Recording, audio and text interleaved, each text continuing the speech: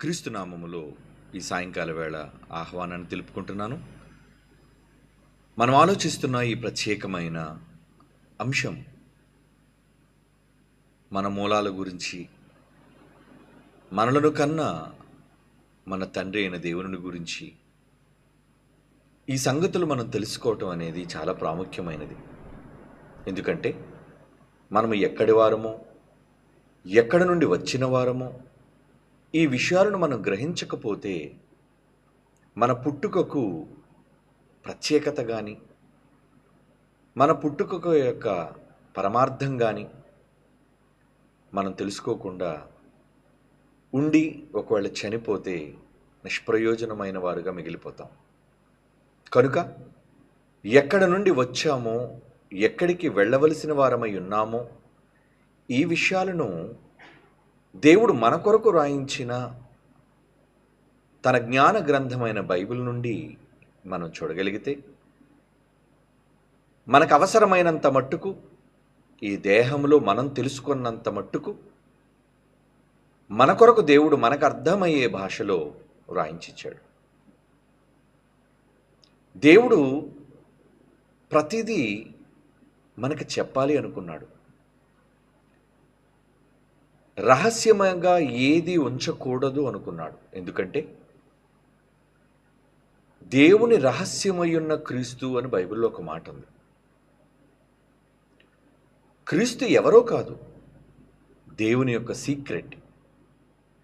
అంటే క్రీస్తును గురించి తెలుసుకుంటే, క్రీస్తు వారు చెప్పిన మాటలను మనం వింటే దేవునిని గురించి తెలుసుకొనగలము అని వ్రాయబడింది బైబిల్లో. క్రీస్తు మర్మం. దేవుడు తాను ఏదైతే తన పిల్లలకు చెప్పాలి అనుకున్నాడో అది తన కుమారుడైన యేసుక్రీస్తు ద్వారా ఆయన ప్రకటించాడు. కనుక క్రీస్తు ఎవరో కాదు, 2000 సంవత్సరాల క్రితం మానవ దేహంతో భూమి మీదికి వచ్చిన ఆయన దేవుని మర్మము ఎక్కడుందో చూస్తాం. అన్నమాట దేవుని మర్మమయ్యున్న క్రీస్తు అన్న మాట బైబిల్లో మనం చదవాలి. కొలసీలకు రాసిన పత్రిక 2వ అధ్యాయం 2వ వచనాన్ని చూడండి ప్రియులారా. Very very important. కొలసీ పత్రిక 2వ అధ్యాయం 2వ వచనం. దేవుని మర్మమయ్యున్న క్రీస్తును అంటున్నాడు. చూడండి, ఈరోజు చాలామంది బోధకులైన వారు దేవుడు మనకు మర్మం, దేవుడు ఒక మిస్టరీ, ఇవి మనకు తెలియదు, ఇలాంటి మాటలను వాపోతున్నారు ప్రజల మధ్య. దేవుని గూర్చి పాత నిబంధనలో వినబడేది మిక్కిలి మెల్లనైన గుసగుస శబ్దం. అప్పటికి దేవుని గూర్చి పూర్తి వివరాలు యేసుక్రీస్తు ద్వారా బయలుపరచబడలేదు.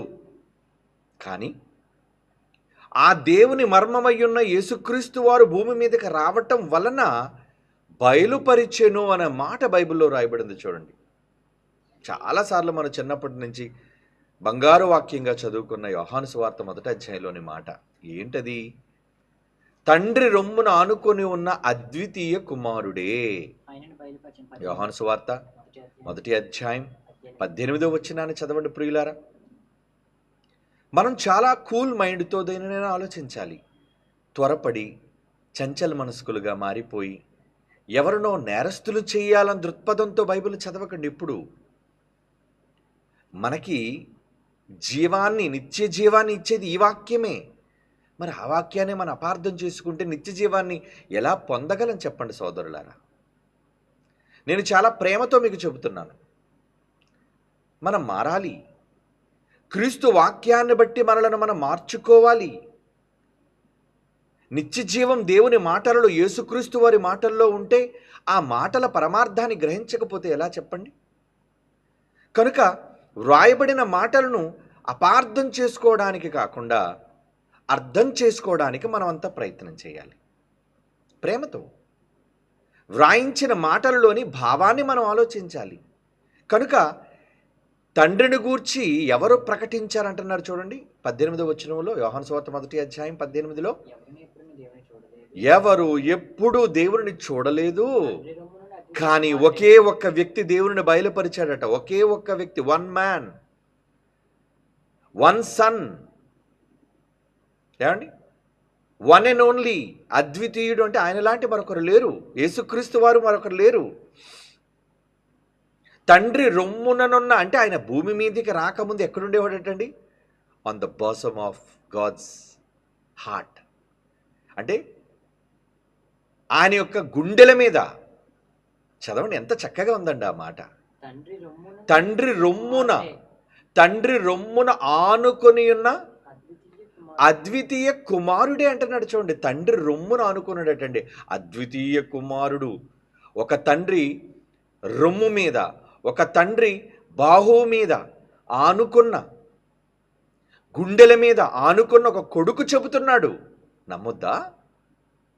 నేను కొడుకును, నేను వచ్చాను, నేను ఆయన పంపగా వచ్చిన వాడును, నేను రాకముందు ఎక్కడ ఉండేవాడనని చెబుతున్నాడండి. తండ్రి రొమ్మున ఆనుకొని ఉన్న, ఎప్పుడు ఆనుకున్నాడు ఈయన? తండ్రి రొమ్మున ఆనుకున్న వ్యక్తిని ఏమని పిలిచాడు? అద్వితీయ కుమారుడు. రాకముందు దైవంగా ఉన్నాడు. ఓకే, ఏం దైవమైతే తండ్రి రొమ్మున ఆనుకోకూడదా?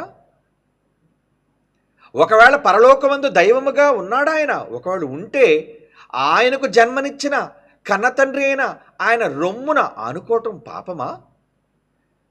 ఈరోజు ఈ త్రిత్వవాదులు ఒప్పుకోనిది అదేనండి. తండ్రి అయిన దేవుడు, కుమారుడైన దేవుడు పరలోకములో వేరువేరుగా ఉన్నారు. ముగ్గురుగా కనిపించే ఒక్కరు కాదండారా సోదరులారా. ముగ్గురుగా కనిపించే ఒక్కరిని ఎందుకు పొరపడుతున్నారు? భూమి మీదకి యేసుక్రీస్తు వారు రాకముందే తండ్రి రొమ్మున ఆనుకొని ఉన్న అద్వితీయ కుమారుడే ఆయనను బయలుపరిచిన తండ్రిని గూర్చి చెప్పాడట. ఆయనే దేవుని యొక్క మర్మం, తండ్రి యొక్క రహస్యాలను బయలుపరిచినవాడు. ఆయన తండ్రి అని ప్రపంచానికి పరిచయం చేసినవాడు. నేను ఆయన కుమారుణ్ణి అని తను తాను పరిచయం చేసుకున్నవాడు. ఆ మర్మం ఏంటి ఆ మర్మం? ఇందాక మనం చదువుకున్నట్టుగా కొలస్సీ 2:2లో దేవుని మర్మమై ఉన్న క్రీస్తు అంటే ఆ మర్మాన్ని పరిశుద్ధాత్మ దేవుడు స్పష్టముగా రాయించాడు.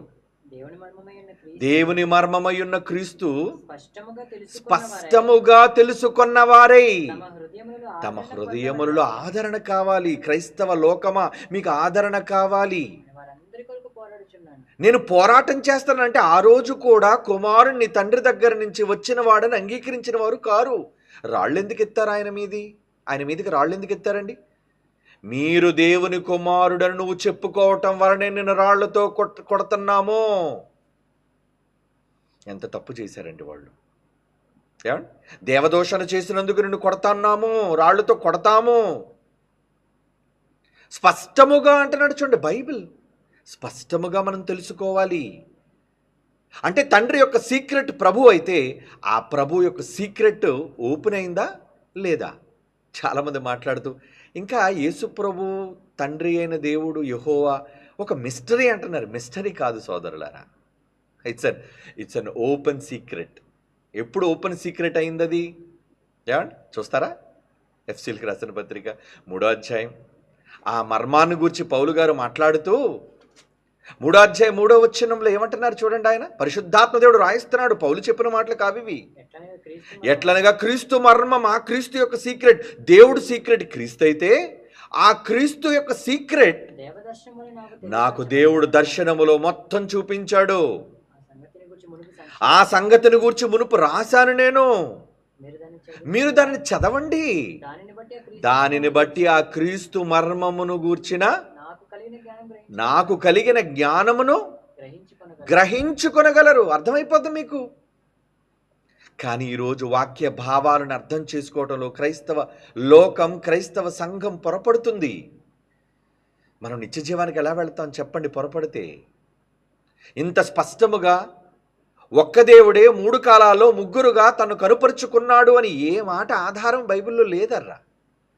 అది కేవలం ఆ సెంటెన్స్ ఏదైతే వాళ్ళు ప్రయోగిస్తున్నారో అది సృష్టించబడిన సెంటెన్స్.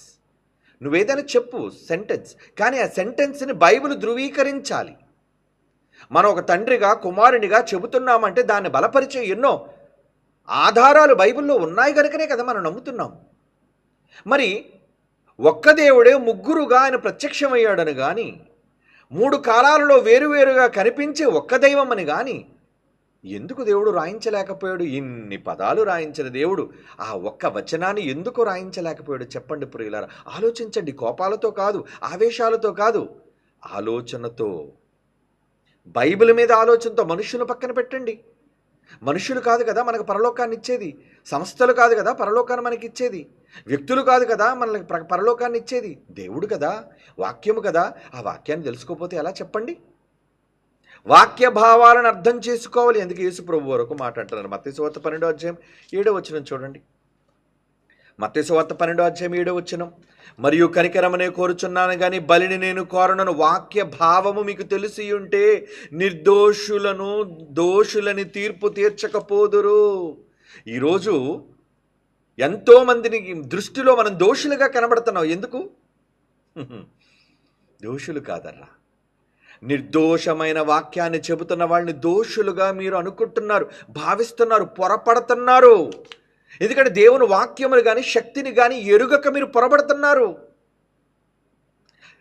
కనికరమును కోరుచున్నాను కానీ బలిని నేను కోరనని ఎక్కడో హోషేయ గ్రంథంలో 6:6 యేసుక్రీస్తు వారు అంటున్న మాట ఇక్కడ ఆయనే స్వయంగా జ్ఞాపకం చేస్తున్న నేనే కదా, బలిని కోరువాడిని కాదు కదా. ఈ వాక్య భావం మీకు అర్థమైతే అంటే ఆ రోజు కూడా వాక్య భావాలను అర్థం చేసుకోలేని జనాంగం ఉంది ఆయన ముందు. సొంత జనమే, యోధ జాతే కదండి, సొంత ప్రజలేనండి, అన్య జనాంగులు కాదండి. ఈరోజు కూడా బైబిల్ని అపార్థం చేసుకుంటున్నారు. మతోన్మాదులైతే వేరండి, వాళ్ళకి అర్థం కాదు Bible. They are not Christians. వాళ్ళు బాప్తిజం తీసుకున్న వాళ్ళు కారు, దేవుని యందు నమ్మకించిన వారు కారు, వాళ్ళు ఇతర మతాలకు చెందిన వాళ్ళు. వాళ్ళకి అర్థం కాలేదంటే వేరు. కానీ ఈ వాక్య భావాన్ని క్రైస్తవులుగా మనమే అర్థం చేసుకోకపోతే మనం నిత్య జీవానికి వెళ్ళలేము సోదరులారా. ఆలోచించండి వాక్య భావమును. కనుక తండ్రి అయిన దేవునికి యేసుక్రీస్తు కుమారుడా, పుట్టినవాడా, ఎలా పుట్టినవాడు, ఎప్పుడు పుట్టినవాడు, పుట్టుకంటే ఏంటి అన్న దాని గురించి ఈరోజు మనం ఆలోచించాలి. ఏమండి? ఒకసారి గతంలో చదివిన ఆ మాటలను ఆలోచించి ఆ వాక్య భావాన్ని ఇప్పుడు మీకు ఎక్స్ప్లెయిన్ చేస్తాను. వాక్య భావము యేసుప్రభు వారు ఎందడన్న మాట అదే. వాక్య భావం మీకు అర్థమై ఉంటే నిర్దోషులైన వారిని దోషులని మీరు తీర్పు తీరుస్తున్నారు. ఈరోజు మీరు నేరస్తులని. అయ్యో, వాక్య భావం అర్థం చేసుకోవాలి ప్రియులారా. సంఘాన్ని బలపరిచే మాటలు. అందుకే ఈరోజు క్రైస్ట్ చర్చ్ సత్యానికి పునాదిగా, స్తంభంగా, ఏమండి, యేసుక్రీస్తు పునాదిగా, మూలరాయిగా అపోస్తులు ప్రవక్తలు కట్టిన అదే సంఘంకి ఈరోజు క్రైస్ట్ చర్చ్, క్రీస్తు సంఘము, సార్వత్రిక క్రీస్తు సంఘం జ్ఞానమునకు కేంద్రంగా ఉంది. ఆ సంఘం ద్వారా ఈరోజు ప్రపంచానికి ప్రకటిస్తున్నాడు దేవుడు సర్వసత్యాన్ని. వ్రాయబడిన మాటలు, భావాలు అర్థం కాకపోవడం వల్ల మరలా వివరించండి నాయన అని చెబుతున్నాడు. మరొక్కసారి వారి యొక్క బంధాలను గూర్చి, వారి యొక్క భావాలను గూర్చి మనకు వ్యక్తీకరించాలనుకుంటున్నాడు దేవుడు. అందుకే చూద్దాం ఆ మాట ఏంటది, ఒకసారి చూద్దాం ప్రియులారా. హెబ్రీయులకు రాసిన పత్రిక 1:5 చాలాసార్లు మనం ఈ సందర్భంగా చదువుకున్న మాట. ఏమండి? హెబ్రీ పత్రిక 1:5 ఏంటది? ఏలయనగా నీవు నా కుమారుడువు, నేడు నేను నిన్ను కనియున్నాను. ఏమండి? ఇదియుగాక నేను ఆయనకు తండ్రినయ్యుందును. ఎంత స్పష్టంగా ఉంది. నేను ఆయనకి తండ్రిని, ఆయన నాకు కుమారుడయ్యుండును అని దూతలతో నేను చెప్పలేదు. ఏమండి? చాలామంది దూతలు కూడా దేవుని కుమారులు అని చెప్పేవాళ్ళు ఉన్నారండి. దూతలు దేవుని కుమారులు ఎలాగవుతారు? దూతలు దైవ కుమారులా? అదేంటది? బైబిల్లో ఉందండి. యోబు గ్రంథం 1:6 దైవ కుమారులు అని తప్పుగా ముద్రించారు. నిజానికి ఫుట్నోట్లో దేవదూతలు అన్న దగ్గర ఫుట్నోట్లో తప్పు ముద్రించారు. ఏంటది? దైవ కుమారులని. చూస్తారు ఒకసారి, మీ బైబిల్ ఇప్పుడు ఉంటుంది చూడండి. మీ బైబిల్ తెరిచి ఒకసారి యోబు గ్రంథం 1:6 అక్కడ ఏమనుంది?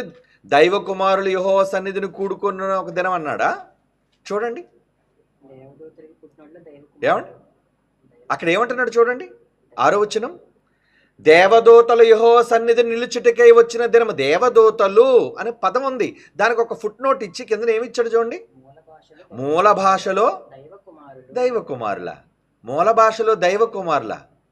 ఏమండి, మూల భాషలో ఒకళ్ళ దైవ కుమారులు అని ఉంటే అది తప్పు. ఎందుకంటే బాగా వినండి, హెబ్రీ పత్రిక సర్వసత్యములో వచ్చిన తరువాత మాట్లాడుతున్న మాట ఏమని? అదే ఇప్పుడు హెబ్రీ పత్రికలో మనం చదువుకున్న 1వ అధ్యాయం 5వ వచనం. ఏలయనగా నువ్వు నా కొడుకువి, నేను నిన్ను కన్నాను, ఇదియుగాక నేను ఆయనకి తండ్రినయ్యుందును, ఆయన నా కుమారుడయ్యుండునని దూతలలో ఎవరితోనైనను ఎప్పుడైనను చెప్పెనా? దూతలతో చెప్పలేదు. కొడుకని దూతలతో చెప్పలేదు, ఎందుకంటే వాళ్ళు కొడుకులు కారు. కొడుకంటే కంటే వచ్చినవాడు కొడుకు అవుతాడు. దేవుడు కనగా వచ్చినవాడు కొడుకు అవుతాడు. ఏమండి, ఈ వివరణ మీకు ఇస్తాను, ఇది నోట్ చేసుకోండి, ఈ పాయింట్ చాలా ఇంపార్టెంట్. ఏమండి, ఆయన నా కుమారుడు ఏంటని దూతలను ఎవ్వనితోనైనను ఎప్పుడైనానో చెప్పినా, ఎప్పుడు ఎవ్వరితో చెప్పలేదు అని పరిశుద్ధాత్ముడు ఎంత స్పష్టంగా రాస్తే దేవదూతలు దైవ కుమారులు అని పొరపడుతున్నారండి చాలామంది. తప్పది. 5వ అధ్యాయం 5వ వచనం అదే మాట. అటువలే క్రీస్తు కూడా, క్రీస్తుని గురించి చెప్తున్నాడు, క్రీస్తు కూడా ప్రధాన యాజకుడు ఒకటకు తన్ను తానే మహింపరచుకోనలేదు. కానీ క్రీస్తు సందర్భాన్ని మాట్లాడుతూ నీవు నా కుమారుడువు అంటే యేసుక్రీస్తు వారిని గురించిన సందర్భం, నీవు నా కుమారుడువు, నేడు నేను నిన్ను కనియున్నాను అని ఆయనతో చెప్పిన వాడే ఆయన మహింపరచును. ఇది దావీదు గురించి రాయబడుతున్న మాట కాదు సోదరులారా. అది ఆల్రెడీ మొదటి ఎపిసోడ్లో నేను ఎక్స్ప్లెయిన్ చేశాను సవివరంగా. ఈ మాట ఏదో భవిష్యవాణనో, ఈ మాట ఏదో దావీదును గురించి చెబుతున్నాడనో కాదు కాదు కాదు కాదు. ఇది యేసుక్రీస్తు వారిని గూర్చిన మాటని 5వ అధ్యాయం 5వ వచనం ఖరారు చేస్తుంది హెబ్రీ పత్రిక. ఏమని? క్రీస్తు కూడా ప్రధాన యాజకుడయ్యుండి మహిమపరచుకొనలేదు. కానీ ఆ క్రీస్తుని గురించి దేవుడు ఏమన్నాడు? నీవు నా కుమారుడువు, నేను నేడు నిన్ను కనియున్నానని ఆయనతో చెప్పిన వాడే ఆయన మహిమపరచను. ఇక్కడ నేడు అంటున్నాడు. నేడనగా ఎప్పుడు? ఆయన డేట్ ఆఫ్ బర్త్ ఎప్పుడు అని అడుగుతున్నారు ఈ అమాయకులు. డేట్ ఆఫ్ బర్త్ కావాలా? చెప్తానులేండి, పోనీ ఈ క్లాస్లో తెలుసుకుందరు. కానీ డేట్ ఆఫ్ బర్త్ ఏమండి, డిసెంబర్ 25 అయితే మాత్రం కాదు. అది భూమి మీద మానవుడిగా వచ్చాడు అని లోకం భావిస్తున్న తేదీ. నిజానికి డేట్ ఆఫ్ బర్త్ ఏంటో బైబిల్లో ఉంది. ఉందా? అయితే ఏదో మళ్ళా అబద్ధ బోధ చేస్తున్నారు అనుకోవచ్చేమో. బైబిల్లో లేనిది కానిది ఎప్పుడు క్రైస్ట్ చర్చ్ BOUI బోధించదు. చెప్పే ప్రతి మాటకి బైబిల్ బేస్ ఉంటుంది. ఏమండి, కనుక నేడు నిన్ను కనియున్నాను అని చెప్పిన వాడే ఆయనను మహిమపరిచెను. యేసు ప్రభు ఎవరితో చెప్పి మహిమపరిచాడట? యేసుతో చెప్పాడట, నువ్వు నా కొడుకు అని, నిన్ను మహిమపరుస్తున్నాను నాన్న అని చెప్పాడట. అంటే ఇక్కడ తన కుమారుని చూచి ఏమన్నాడు? నేను నిన్ను కనియున్నానని మరలా హెబ్రీ పత్రిక 5వ అధ్యాయం 5వ వచనంలో ఆయన ఉద్ఘాటిస్తున్నాడు, ప్రస్ఫుటంగా చెబుతున్నాడు. ఇదే మాట కీర్తన 2:7లో ఉన్న మాటే స్పష్టంగా సర్వసత్యము, క్రీస్తు మర్మము, దేవుని మర్మాన్ని చెప్పేస్తున్నాడు ఇక్కడ. అందుకే మొదటి నుంచి వినాలి. పాపం ఈ షార్ట్ మెసేజెస్ విని ఒక్కొక్క మాట, ఒక్కొక్క పదం 1 నిమిషం 2 నిమిషాలు వింటే ఎలాగర్రా మీరు ఆలోచిస్తారు? పూర్తిగా మెసేజ్ వినాలి, సబ్జెక్ట్ అంతా పూర్తిగా వినాలి. అలాగే వినకపోబట్టే కదా ఎన్ని అబద్ధాలు, ఎన్ని అపార్థాలు వీళ్ళు చేస్తున్నారు. ఎప్పుడు ఏదైనా పూర్తిగా తెలుసుకొని మాట్లాడండి, ఒక నిర్ణయం తీసుకోండి. అరకొరగా తెలుసుకుంటే మీకే ప్రమాదం. అది మంచిది కాదు సోదరులారా. కాబట్టి చెబుతున్న ఎక్స్ప్లెనేషన్ అంతా వినండి, ఓపికగా వినండి. విన్న తరువాత నచ్చకపోతే వదిలేయండి. దేవుడు మీకు తీర్పు తీరుస్తాడు. ఆయన వాక్యమే మనకు తీర్పు తీరుస్తుంది. కనుక వినడం తప్పు కాదు కదా. మేమేం తప్పు చెబుతున్నాం అనేది వినేది ఒక్కసారి మీరు ఏం వింటున్నారో బైబిల్లో చూసుకోండి. కనుక ఇక్కడ కనియున్నాను అన్నాడు. ఏమండి, అని చెప్పిన వాడే ఆయన మహిమపరిచను. ఎవరు మహిమపరిచాడు? కుమారుడైన క్రీస్తు ప్రధాన యాజకుడు. అదే ఆ సందర్భం, అదే 5వ అధ్యాయం 5వ వచనంలో క్రీస్తు కూడా ప్రధాన యాజకుడు అయ్యి ఉండి అంటే క్రీస్తు కోసం చెబుతున్నాడు. తను తానే మహిమపరచుకోనలేదు. కానీ నీవు నా కుమారుడువు, దావీదు కోసం చెప్పట్లేదు ఇక్కడ. ఆ ప్రధాన యాజకుడిని క్రీస్తు కోసం చెబుతూ నీవు నా కుమారుడువు, నేడు నిన్ను కనియున్నాని ఆయనతో చెప్పిన వాడే దేవుడు, తండ్రున్నాడు, ఆయనను మహిమపరచెను. మరి ఇప్పుడు యేసుప్రభు వారు అన్నారా యోహాను సువార్త 17వ అధ్యాయం 4వ వచనంలో, తండ్రి లోకం పుట్టక మునుపు నీ దగ్గర ఏ మహిమ ఉందా, ఆ మహిమతో నన్ను మహిమపరచు అంటే కొడుకు తండ్రిని అడుగుతున్నాడు మహిమపరచమని. ఇంత స్పష్టమైన మాటలు, వాక్యాలు ఉన్నా ఎలారా ముగ్గురు ఒక్కటని మీరు నమ్ముతున్నారు? బైబిల్లో ఏం ఆధారాలు, ఎన్ని ఆధారాలు సరిపోవా మీకు? ఎవరు మిమ్మల్ని భ్రమపరుస్తున్నారు సోదరులారా? ఆలోచించండి. ఓకే, ఇప్పుడు కన్నాడు అంటేనే కదా బాధ అంతా. వీళ్ళందరి బాధ ఏంటంటే, ఓకే యేసు ప్రభు దేవుడు మేము ఒప్పుకుంటాం, పరిశుద్ధాత్ముడు దేవుడు, తండ్రి దేవుడు, కానీ యేసు ప్రభు వారు తండ్రికి పుట్టాడు అంటే మాత్రం ఒప్పుకోము.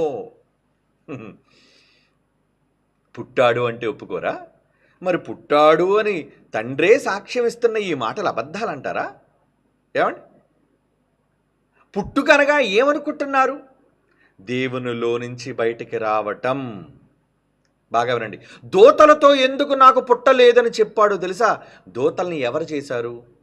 దూతల్ని ఎవరు చేశారు? దేవుడా? యేసుక్రీస్తు వారా? తండ్రి చేశాడా? కుమారుడు చేశాడా? ఈ క్లారిటీ మీరు నోట్ చేసుకోవాలి, వెరీ ఇంపార్టెంట్. ఏమండి, ఒకసారి కొలసీ పత్రిక 1వ అధ్యాయం 15వ వచనం చూడండి. కొలసీ పత్రిక 1వ అధ్యాయం ఏమండి 15వ వచనం. ఆయన అదృశ్య దేవుని స్వరూపి, యేసు ప్రభు గురించి మాట్లాడుతూ, ఆయన అదృశ్య దేవుని స్వరూపి అయి సర్వ సృష్టికి ఆది సంభూతుడై ఉన్నాడు. సర్వ సృష్టించబడింది ఏదైనా సరే ఆయన చేత సృష్టించబడింది. 16వ వచనం. ఎలాగనగా ఆకాశమందున్నవి భూమి యందున్నవి, ఆకాశమందు దేవదూతలు ఉన్నాయి కదండి, ఆ ఆకాశమందున్నవి భూమి యందున్నవి, దృశ్యమైనవి అదృశ్యమైనవి, సింహాసనములు, ప్రభుత్వాలు, ప్రధానులు, అధికారులు, సర్వమును ఆయన యందు సృజింపబడిన, ఆయన యందు సృజింపబడును, యేసుక్రీస్తు యందు సృష్టించబడ్డాయట. సర్వమును ఆయన ద్వారా, ఆయన బట్టి, యేసుప్రభువు ద్వారా, యేసుప్రభు బట్టి సృష్టించబడను. ఓకే, 17వ వచనం. ఆయన అన్నిటికంటే ముందుగా ఉన్నవాడు. ఆయన అన్నిటికంటే ముందు అంటున్నాడు చూడండి, ముందుగా ఉన్నవాడు దేవదూతల కంటే. ఆయన సమస్తమునకు ఆధారభూతుడు, ఆయనే ఆధారం అన్నిటికీ. సంగమను శరీరమునకు ఆయనే శిరస్సు. ఆయన అన్నిటిలోనూ ప్రాముఖ్యత కలిగిన నిమిత్తము ఆయన ఆది అయ్యుండి. కంటిన్యూషన్ సందర్భం చదవాలి, ఇప్పుడు మిస్ అవ్వకూడదు మనం. మృతులలో నుండి లేచుటలో మొదటి వాడయ్యాడు, ఆది సంభూతుడాయను.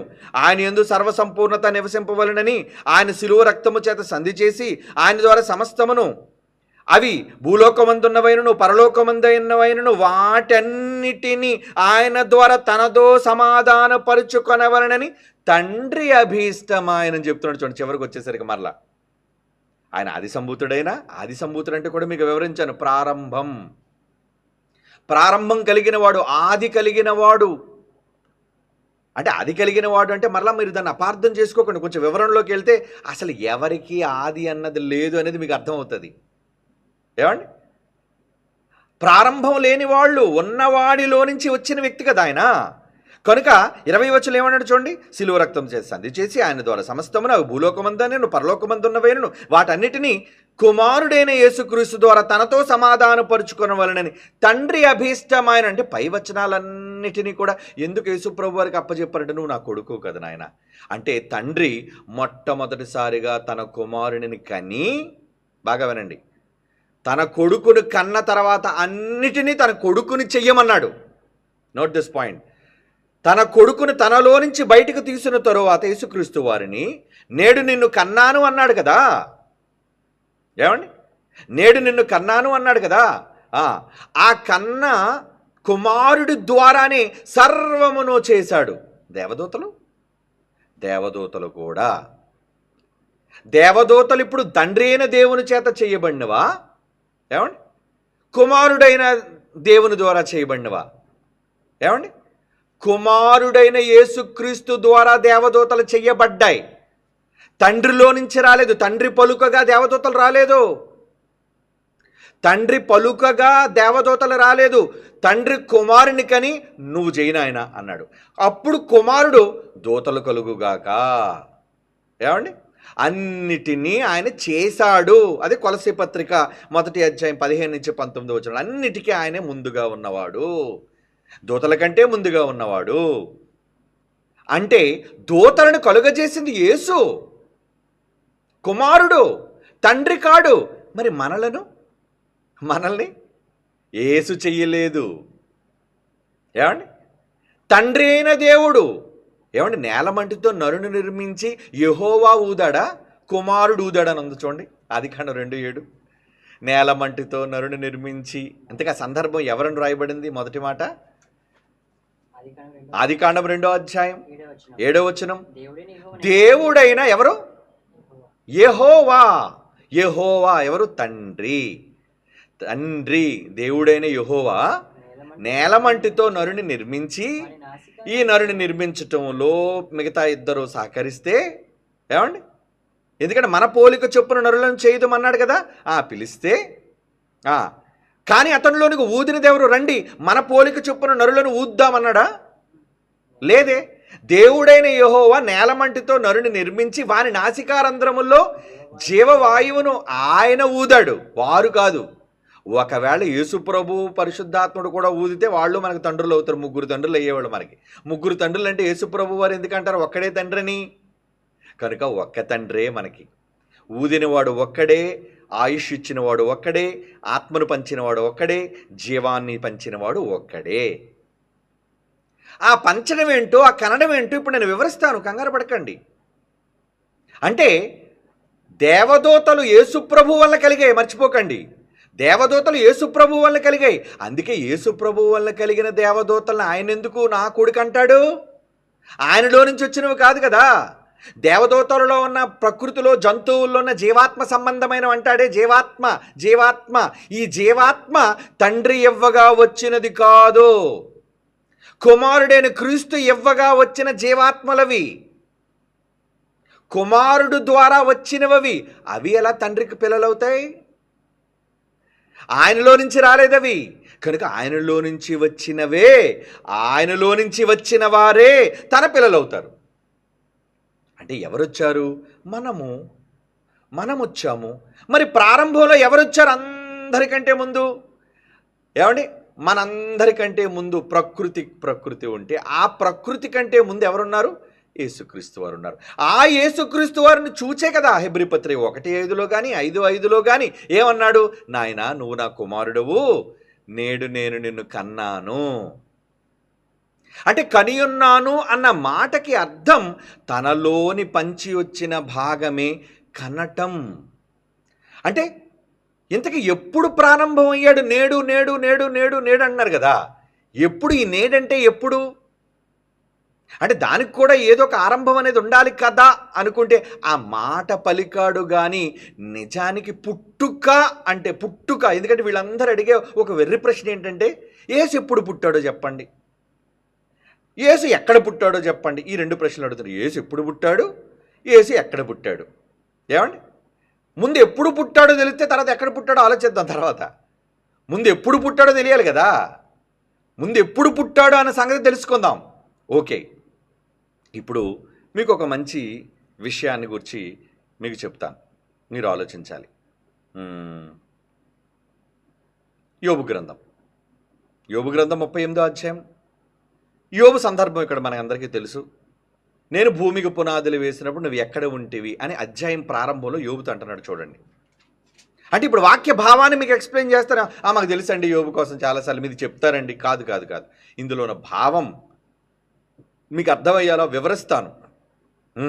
యోబు గ్రంథం 38వ అధ్యాయం 4వ వచనం. నేను భూమికి పునాదులు వేసినప్పుడు నీవెక్కడ ఉంటివి? నీకు వివేకము కలిగి ఉన్నాళ్ళు చెప్పు. యోబు, ఏమండి, నేను భూమికి పునాది వేసినప్పుడు నువ్వు ఎక్కడున్నావు? అంటే భూమికి పునాది పడినాడు మనిషి లేడు కదండి. ఓకే, లేడు. మరి లేకుండా ఉన్నావు అంటున్నాడంటే దేవుడు మతుండే మాట్లాడుతున్నాడా, లేకుండా మాట్లాడుతున్నాడా? ఆయన మనలాంటి వాడు కాడు, మహాజ్ఞాని. అలాంటి దేవుడు ఒక ప్రశ్న సంధిస్తున్నాడు. ఏంటది? నేను భూమికి పునాదులు వేసినప్పుడు నీవు ఎక్కడున్నావు అంటే నీవనే వ్యక్తి ఉన్నావు, నువ్వు ఎక్కడో ఉన్నావు అన్నది కదా ఆ మాట అర్థం. నువ్వు ఉన్నావు, నువ్వు ఎక్కడో ఉన్నావు, ఎక్కడో ఉన్నావు. ఇప్పుడు ఎక్కడున్నాడు, ఎలా ఉన్నాడు? ఇది 21వ వచనానికి వెళ్తే చెప్తున్నాడు. ఏమని చెప్తున్నాడు? నేను పని చేయడం ఇది అంతా నీకు తెలుసు, నీవు బహువృద్ధుడవు, నీవు అప్పటికి పుట్టి ఉంటివి అంటున్నాడు. చూడండి, ఈ మాట పుట్టి ఉంటివి అనే పదం, ఏమండి, మనం పుట్టామట, యోబు పుట్టాడట. అంటే పుట్టుక అంటే అర్థం ఏంటి? తల్లి గర్భంలోంచి రావడం పుట్టుక. మరి పోను దేవుళ్ళలో నుంచి బయటకు రావడం పుట్టుక. చాలామంది ఏమనుకుంటారు, దేవుళ్ళలోంచి బయటకు రావడమే పుట్టుక అనుకుంటారు. జాగ్రత్తగా వినండి, వాళ్ళు కన్ఫ్యూజ్ అయ్యే ఆ సున్నితమైన పిన్ పాయింట్ చెప్తాను మీకు. పుట్టుక అనగానే మనకి ఏం పుట్టుక అర్థమవుతుంది? అమ్మ కడుపులో నుంచి బయటికి రావడమే డేట్ ఆఫ్ బర్త్ అనుకుంటాం, కానీ అది పుట్టుక బాగా ఆలోచించండి. అమ్మ కడుపులో నుంచి బయటికి రావడం ఒరిజినల్ డేటా? నో. నేను సెప్టెంబర్ 5న పుట్టానండి, అంటే ఉదాహరణగా చెప్తున్నాను. సెప్టెంబర్ 5 ఎస్తేర్ రాణి గారి గర్భంలో నుంచి నేను బయటకు వచ్చాను. అదే నా పుట్టినరోజా? కానీ నేను అంతకుముందే ఉన్నానా? అంతకుముందే పుట్టి ఉన్నానా? ఉన్నాను. 9 months జనవరిలో ఎప్పుడో మా అమ్మ కడుపులోకి ప్రవేశించాను జైశాలి గారిలో నుంచి. జైశాలి గారి గర్భంలో నుంచి ఎస్తేర్ రాణి గర్భంలోనికి ప్రవేశించి 9 మాసాలు నిండిన తర్వాత 9th monthలో ఆవిడ ನನకు అంది. అంటే 9 months పుట్టక ముందు 9 months ఉన్నానా లేదా? ఉన్నాను. మరి ఇప్పుడు పుట్టుకని బయటకు అమ్మ కడుపులో నుంచి బయటికి రావడం పుట్టుక అందామా? కానీ లోపల అప్పటికే పుట్టి ఉన్నాను అని ఒప్పుకుందామా? ఎస్, మనందరం అంతే. అమ్మ కడుపులో నుంచి బయటికి రావడం పుట్టుకని పిచ్చి సమాజం అనుకుంటుంది, తెలియని సమాజం, జ్ఞానం లేని సమాజం. కానీ బయటకు రాకముందు కూడా లోనున్నాం బేబీ, ఉన్నాం మనం. ఇది నిజమైతే బాగా వినండి, అంటే ఒకరిలో నుంచి బయటికి రావడం కాదు పుట్టుక. Note this point. ఒకరిలో నుంచి, క్రీస్తు తరపు న్యాయవాదులు కదండి, ఏం చేస్తాం మరి, బైబిల్ కోసం ఇలా వాదించాల్సి వస్తుంది అందరికి అర్థమయ్యేటట్లుగా. ఏమండి, పుట్టుక అనగానే ఒకరిలో నుంచి బయటకు వచ్చిన డేట్ కాదది, బయటకు వచ్చిన డేట్ కాదు పుట్టుకంటే. బయటకు రాకముందే ఉన్నాము. ఇది ఎంత నిజమో మనమే లివింగ్ ఎగ్జాంపుల్. మన డేట్ ఆఫ్ బర్త్లే లివింగ్ ఎగ్జాంపుల్స్ అవన్నీ. ఇప్పుడు యోబు దగ్గరికి రండి. యోబు పుట్టాను అంటున్నాడంటే దేవుడికి ఇంకా అప్పుడు అమ్మ కడుపులో నుంచి, యోబు గారి తల్లి కడుపులో నుంచి రాలేదే. రాక మునుపు కూడా పుట్టాడు అంటున్నాడు. చూడండి, పుట్టుకంటే అమ్మ కడుపులో నుంచి రావటం కాదు. అలాగని దేవుని గర్భంలోంచి వచ్చాడు పోని అనుకుందాం, ఎందుకంటే ఆదాము దేవుని గర్భంలోంచి వచ్చాడు కదా, తనలోని జీవవాయువును ఊదాడు కదా. తనలోని జీవవాయువును ఊదినప్పుడు ఆ రోజే డేట్ ఆఫ్ బర్త్, ఆ రోజే డేట్ ఆఫ్ బర్త్, ఆ రోజే date. No no no no. అంటే ఏదైనా తోటలో ఆదాముతో పాటు ఒకరి నుండి ప్రతి జాతి మనుష్యులను ఆ రోజే ప్రవేశపెట్టాడు కనుక మనమంతా ఆ రోజే డేట్ ఆఫ్ బర్తా? అది కూడా తప్పు డేట్ ఆఫ్ బర్త్. అది కూడా పుట్టుక కాదు. లోపల ఉన్నవారు బయటకు వచ్చామంతే. ఏమండి, మీ వారు ఉన్నారండి? ఉన్నారండి. ఎక్కడ? ఇంట్లో ఉన్నారు. అయితే బయటికి రమ్మనండి ఒకసారి. వచ్చారు, బయటికి వచ్చారు. ఏమండి, మీ వారు ఉన్నారా? లేరండి. ఇంట్లో లేరండి. ఆయన లేనివాడు ఎలా వస్తాడు? ఉన్నవాడే వస్తాడు. అవునా? కనీస జ్ఞానం. లోపల ఉన్నవాడే బయటకు వస్తాడు. అంటే లోపల ఎవరున్నారనమాట? ఉన్నాడా లేదా? రైట్. ఇప్పుడు యోబు రాకముందు ఎక్కడున్నాడు? ఎక్కడున్నాడు? ఆదాములో ఉంటే. ఆదాము ఎక్కడున్నాడు? దేవునిలో ఉంటే. ఏమండి, అంటే దేవునిలో రాకముందే పుట్టాడా? దేవునిలో రాకముందు పుట్టటం. దేవునిలో నుంచి బయటికి రావడం కాదు పుట్టడం అంటే. అలాగైతే అమ్మ కడుపులోంచి మనం బయటికి రావడం పుట్టడం. కానీ దేవుని కడుపులో బయటకు రాకముందే లోపల దేవునిలో ఉన్నాడు.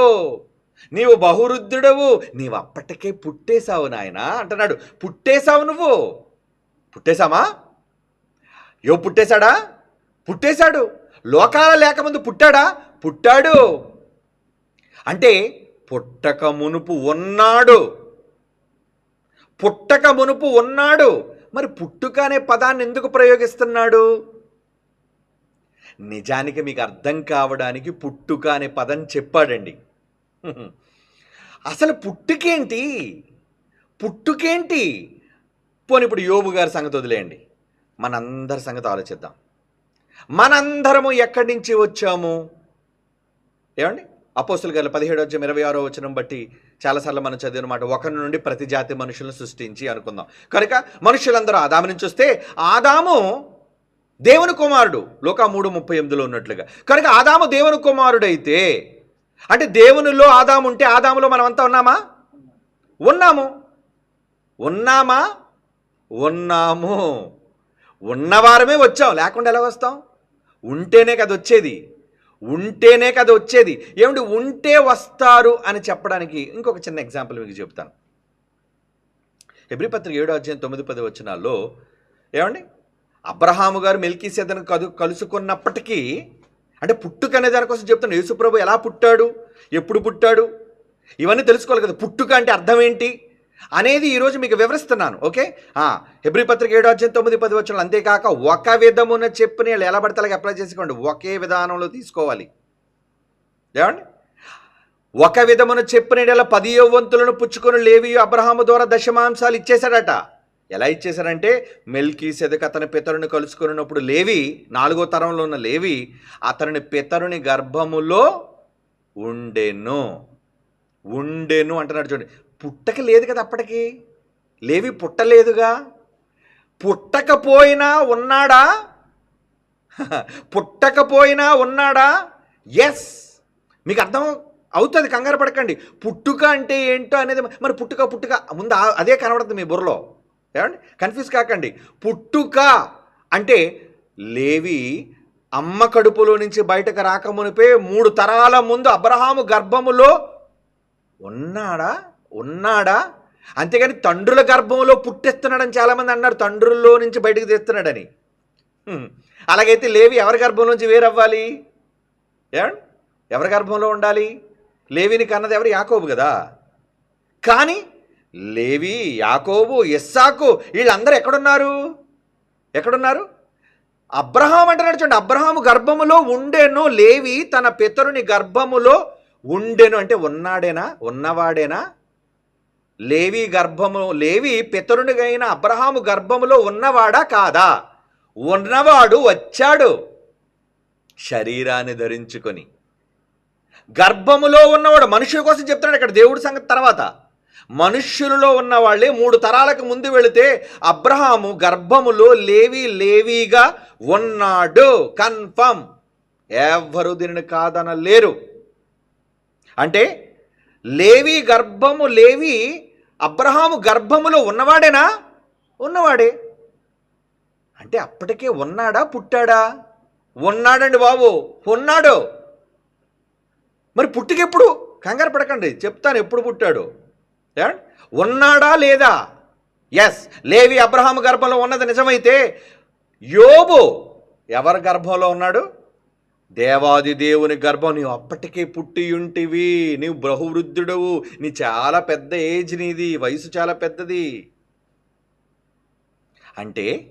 అంటే మనమందరం కూడా ఆదాము గర్భములో నుంచి వచ్చిన వాళ్ళం కనుక ఎవ్రీ మ్యాన్, హ్యూమన్ బీయింగ్, ప్రతి మనిషి, అది యోబు కావచ్చు, దావీదు కావచ్చు, మీరు కావచ్చు, నేను కావచ్చు, అందరము ఒకరి నుండి వచ్చామని బైబిల్ చెప్పింది. ఒకరి నుండి వచ్చాము. మరి మనం అందరం కూడా ఆదాములో ఉన్నామా లేదా? ఉన్నాము అని ఒప్పుకోవాలి, ఖచ్చితం అది. మరి అప్పుడు పుట్టలేదు కదండి. పుట్టకపోయినా బైబిల్ చెబుతుంది, మహాజ్ఞానం, మీరు ఉన్నారు. పుట్టుక సంగతి పక్కన పెట్టండి, మీరు ఉన్నారు మీరు. ఓకే, మరి ఇప్పుడు ఆదాము ఎక్కడి నుంచి వచ్చాడు? తనలోని జీవవాయువును ఊదినప్పుడు కదా ఆదాము వచ్చాడు. అంటే మనమంతా ఆదాములో ఉంటే ఆదాము ఓదక ముందు ఎక్కడున్నాడు? దేవునిలో, తండ్రి అయిన దేవునిలో. యెహోవా జీవవాయువును ఊదాడు కదా, ఆ యెహోవాలో ఉన్నవారం. అవునా? ఆయనలో ఉన్నామా? అలా ఉన్నామనడానికి బైబిల్ మరొక చక్కటి వచనాన్ని దేవుడు మన కోసం రాయించాడు. 90వ కీర్తన చూడండి. 90వ కీర్తన మొదటి వచనం. 90వ కీర్తన మొదటి వచనం నుంచి చదవండి ప్రియులారా. ప్రభువా, తరతరముల నుండి ఎన్ని తరాలు? ఇప్పటికి భూమి మీద ఆదాము తర్వాత ఎన్ని వందల వేల లక్షల తరాలు వచ్చంటే చెప్పండి. ఎన్ని తరాలు? తరతరములు అనేసాడు అంతే. తరతరముల నుండి మాకు నివాస స్థలం. బాగా వినండి, మాకు అంటే మనుషులేనా? మాకు అంటే ఎవరు? మనుషులేనా? మనుష్యులకు నివాస స్థలము పరలోకమా దేవుడా? దేవుడు నీవే అంటున్నాడు, నువ్వున్న లోకం కాదు. దేవుడు ఎక్కడున్నాడో పక్కన పెట్టండి, దేవుడు ఎక్కడ ఉన్నాడు. కానీ మొదట మనం ఎక్కడున్నాం? దేవుడు ఎక్కడున్నాడో తర్వాత తెలుసుకుంది, కానీ ముందు మనం ఎక్కడున్నాం? తరతరముల నుండి మాకు నివాస స్థలము నీవు. ఇది ఎప్పుడు గురించి చెప్తున్నాడు? పర్వతములు పుట్టకమునుపు, భూమిని లోకమును నిర్మించకమునుపు, యుగ యుగాలు నువ్వే కదా దేవుడవు. అంటే ఆయనలో నివాస స్థలంగా ఆయననే చేసుకుని, తండ్రినే నివాస స్థలంగా చేసుకుని ఉన్నవారం. అంటే దేవునిలో ఉన్నవారమా? దేవునిలో మనమంతా ఉన్నవారమా? ఎస్. ఎల్పిబి అప్పుడున్నాడు, యోబు అప్పుడున్నాడు, లేవి ఉన్నాడు, అబ్రహాం ఉన్నాడు, దావీదు ఉన్నాడు, ప్రవక్తలు ఉన్నారు, అపోస్తలులు ఉన్నారు. సర్వజనులు, సకల ప్రజలు దేవునిలో ఉన్నవారు. ఆయనలో ఉన్నవాళ్ళం మనం. ఉన్నవాళ్ళమండి, మళ్ళా పుట్టడం ఏంటండి? అర్థమవుతుందా? మనం ఆల్రెడీ ఉన్నవాళ్ళం.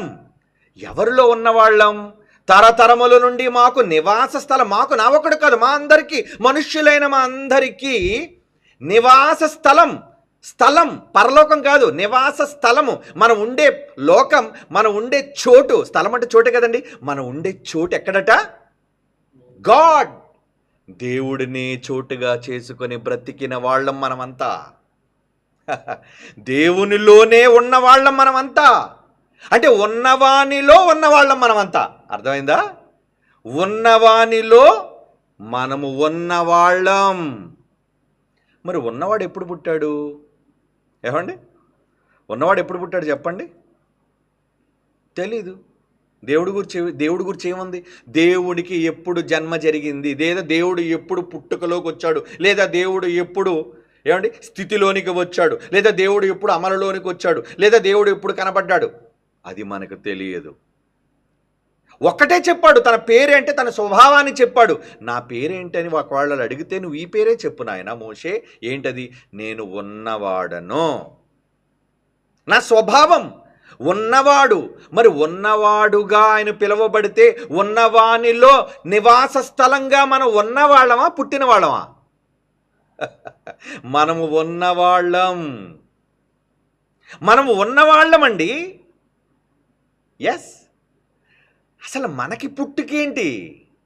ఉన్నవానిలో ఉన్న మనం కూడా ఉన్నవాళ్ళమే.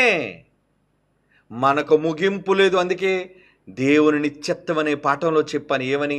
తండ్రి ఒక్కడే నిత్యుడు అనుకుని పొరపడుతున్న వీళ్ళు అసలు తండ్రి ఎలాగైతే నిత్యుడో, ఆయనలో నుంచి వచ్చిన ప్రభు క్రీస్తువారు నిత్యుడే, ఆయనలో నుంచి వచ్చిన పరిశుద్ధాత్ముడు నిత్యుడే, ఆయనలో నుంచి వచ్చిన సకల జనులు, ప్రజలైన వాళ్ళందరూ నిత్యులు, నిత్యులు, నిత్యులు, నిత్యులు. ఉన్న వానిలో నుంచి వచ్చిన వాళ్ళు ఉండవలసిన వాళ్ళే. బైబిల్ చూసారా, ఎక్కడ భావంలో కానీ మాటలలో కానీ తప్పు లేనిది. ఓకే, ఏమంటే మనమే దేవునిలో ఉన్నాము, దేవునిలో నుంచి వచ్చిన వాళ్ళం అంటే, మరి యేసుక్రీస్తు వారు ఎక్కడి నుంచి వచ్చిన వారు? నీవు నా కుమారుడవు, నేడు నిన్ను కనియున్నాను అని అన్నాడు. అంటే నాలో ఉన్నావు నువ్వు నాలో ఉన్నావు నాయన, నాలో నుంచి వచ్చావు నాయన, నువ్వు బయటికి ఉన్నవాడివే, నాలో ఉన్నవాడివే, నేను నిన్ను కన్నాను అంటే ఒక వ్యక్తిగా నిన్ను చూపించాను ఈ సమాజానికి. లోపలే ఉన్నారు అందరూ. యేసును చూపించాడు, పరిశుద్ధాత్మను చూపించాడు, ఆదామును చూపించాడు. ప్రతి తరంలో మనందరినీ చూపిస్తూ చూపిస్తూ చూపిస్తూ చూపిస్తూ వస్తున్నాడు ఎప్పటికీ. అంటే పుట్టుక అనగానే వీళ్ళు అనుకుంటున్నారు ఎక్కడో ప్రారంభం, ఎక్కడో ఆరంభం అనుకుంటున్నారు. అలా ఆరంభం అయితే ఆరంభకుడైన దేవుడిలో ఉన్నవారిలో మనం ఉన్నప్పుడు మనకి ఆరంభం లేదు. మనము ఉన్న వారిలో నుంచి వచ్చిన వాళ్ళం, మనకి కూడా ప్రారంభం లేదు. ఎందుకంటే దేవుడు తనలోని జీవాన్ని కదా ఊదాడు. అందుకే ఇప్పుడు ఒక మాట చదువుతాను చూడండి. ఎందుకంటే మనమంతా దేవుని పిల్లలమా కాదా అని చెప్పడానికి బలపరుస్తూ నూతన నిబంధనలో ఏమని చెప్పాడో చూడండి. 1 పేతురు పత్రిక 1వ అధ్యాయం 22వ వచనం ప్రియులారా. 2వ కొరింథీ పత్రిక 5వ అధ్యాయం 17వ వచనం ఏమంటున్నాడు అక్కడ? క్షమించండి, 1 పేతురు పత్రిక 1వ అధ్యాయం 22వ వచనం.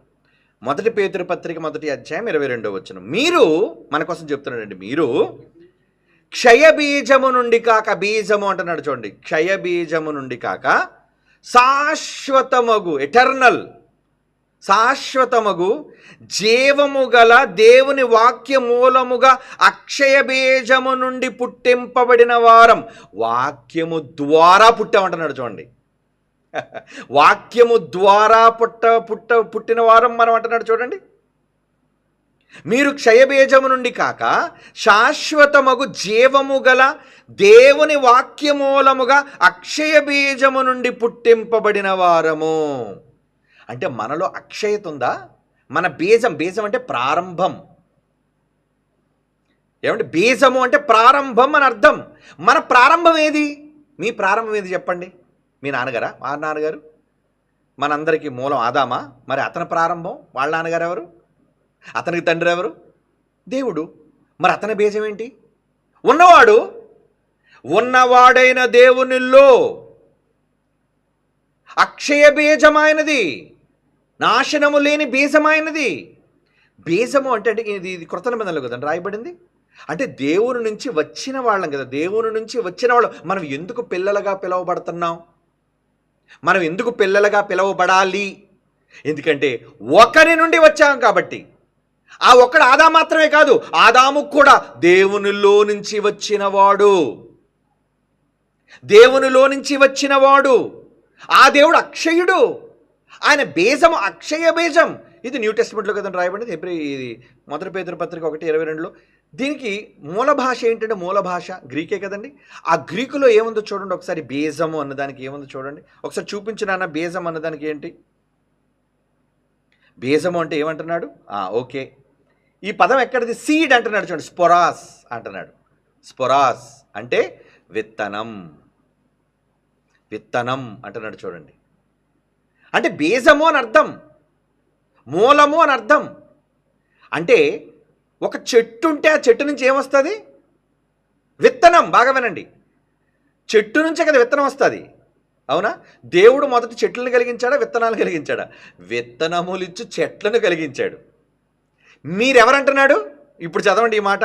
1 పేతురు 1:21. మీరు క్షయబీజము నుండి కాక శాశ్వతముగా అక్షయ బీజము నుండి జీవము కలగ దేవుని వాక్యమూలముగా అక్షయ బీజము నుండి పుట్టింపబడిన వారు. అంటే దేవుడు ఒకవేళ చెట్టు అయితే, దేవుడు ఒకవేళ మూలమైతే, ఆ మూలములో నుంచి వచ్చిన విత్తనం మీరు. సీడ్. విత్తనం ఎక్కడి నుంచి వస్తుంది చెప్పండి?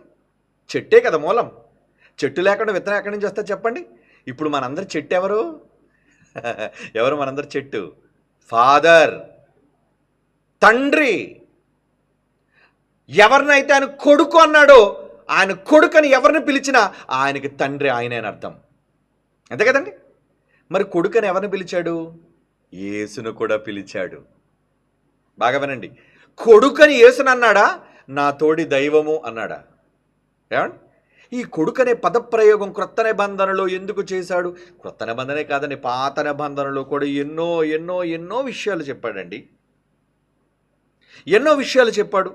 ఎందుకంటే మనమంతా ఆయన పిల్లలం. యేసుప్రభుని ఏమన్నాడు? నీవు నా కుమారుడువు, నేడు నేను నిన్ను కనియున్నాను. ఓకే, ఎలా కన్నాడు? వాక్యమూలముగా అన్నాడు కదా.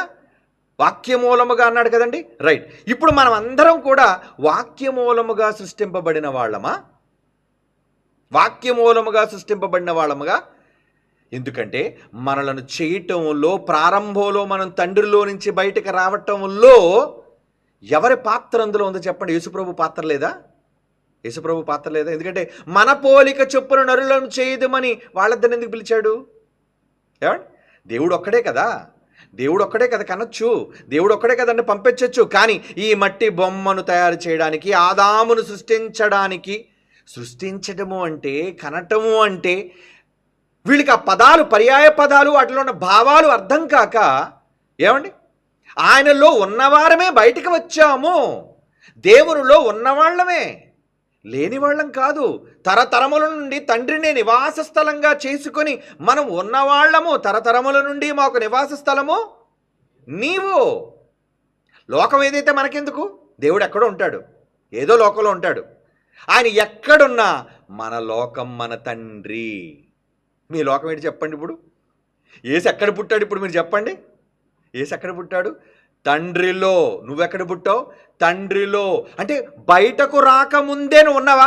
యేసును కూడా నిన్ను కన్నాను అన్నాడండి. అంటే బయటకు యేసుక్రీస్తు వారిని తనలో నుంచి బయటకు తీయక మునుపే తండ్రిలో యేసుప్రభు వారు ఉండేవాళ్ళ.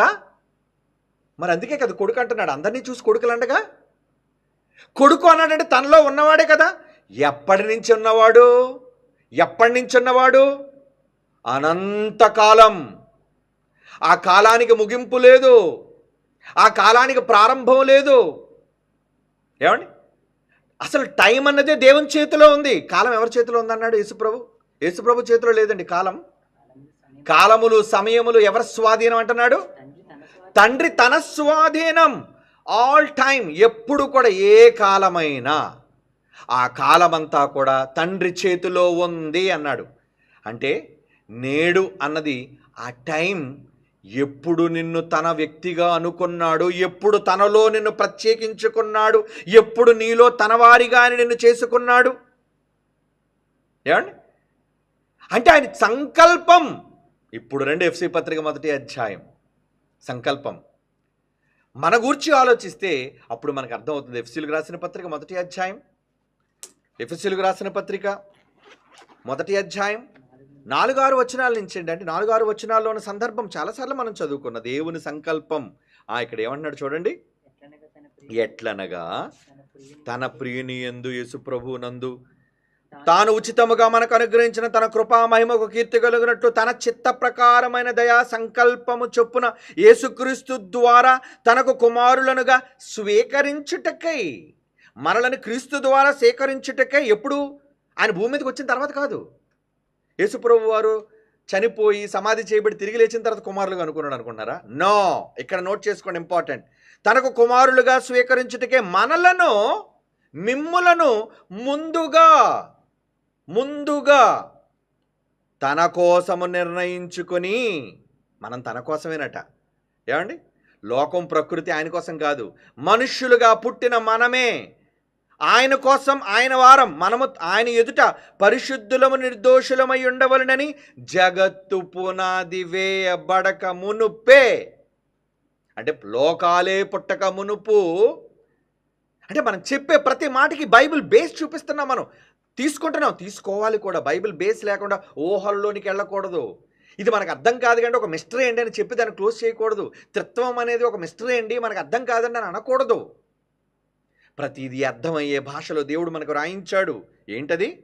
మనము తన ఎదుట పరిశుద్ధులము నిర్దోషులమునై ఉండవలనని ఈ జగత్తుకే పునాది వేయబడక మునుపే ప్రేమ చేత ఆయన క్రీస్తులో మనలను ఏర్పరుచుకొని అన్నాడు. చూడండి, ఏర్పాటు అంటే తనలో ఉన్నప్పుడే మనందరము ఏర్పాటు చేయబడిన వాళ్ళం. యోబు, నువ్వు ఏర్పాటు చేయబడ్డావు, యువర్ మై సన్. దావీదు, నువ్వు ఏర్పాటు చేయబడ్డావు, యువర్ మై సన్. ఏమండి? వీళ్ళందరూ కూడా ఏర్పాటు చేయబడిన వాళ్ళు. ఆ ఏర్పాటు చేసుకున్నప్పుడేనండి నీ ప్రారంభం. దేవుడికి ఆత్మగా, మహాశక్తిగా, ఆ శక్తిలో మనమందరం నివాస స్థలముగా దేవుణ్ణే చేసుకొని బ్రతుకుతున్నా ఆ టైం ఏంటో మనకు తెలియదు. కాలం ఆయన చేతిలో కదా ఉంది. ఏమండి? నేడు అంటే ఎప్పుడో మనకు తెలియదు, రేపు అంటే ఎప్పుడో మనకు తెలియదు. ఎందుకంటే మనం ఉన్నవాళ్ళం. నేడు అన్నామంటే ఆ టైం ఎవరికి తెలుసు? ఏమండి? అసలు నిజంగా పుట్టిన టైం ఎవరికి తెలియదండి. ఈరోజు చాలామంది బయట పుట్టిన కాలాన్ని చూస్తుంటారు. ఏమండి, వీడు పుట్టిన కాలం ఎలాంటి కాలం అండి అంటే ఏంటి? ఏమండి, పలానా ఇన్ని నిమిషాలు ఇన్ని గడియలకు వీడు పుట్టాడండి. అవునా? అమ్మ కడుపులో నుంచి బయటికి రావడం, పుట్టడం ఎలా అవుతుంది? నిజానికి నీ ప్రారంభం ఎప్పుడు? అంటే తండ్రిలో నుంచి తల్లిలో నువ్వు ఎప్పుడు ప్రారంభమయ్యావో అన్నది రహస్యమా కాదా? సీక్రెటే కాదా? సీక్రెటే అది. అవునా? అంటే మనిషి జన్మ రహస్యం. టైం తెలీదు నీకు. నువ్వు ఎప్పుడు ప్రారంభమయ్యావు నీ టైం తెలీదు. సెప్టెంబర్ 5 అమ్మ కడుపులో నుంచి బయటకు వచ్చింది డేట్ ఆఫ్ బర్త్గా చెప్పుకున్నాను. But it is wrong. నాకే కాదు, ప్రపంచంలో ప్రతి మనిషి డేట్ ఆఫ్ బర్త్ రాంగ్. ఎందుకంటే అంతకు మునిపే నేను ఉన్నాను అమ్మ కడుపులో.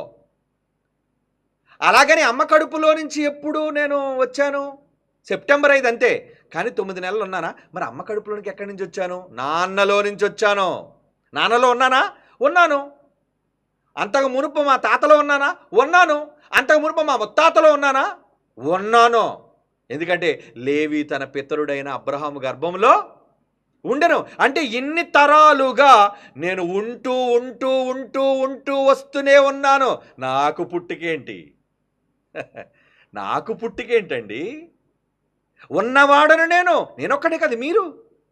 ఎందుకంటే ముందు వెనక్కి వెళ్ళిపోతే మనమంతా అసలు కాలమే లేనప్పుడు, కాలమే గణితాలు లేనప్పుడు, లెక్కలే లేనప్పుడు, అసలు దేవునిలోనే మనం ఉన్నప్పుడు మనమంతా ఎవరికి వారుగా వేరుగా ఉన్నాం. అలా వేర్పాటు చేసింది ఎప్పుడట?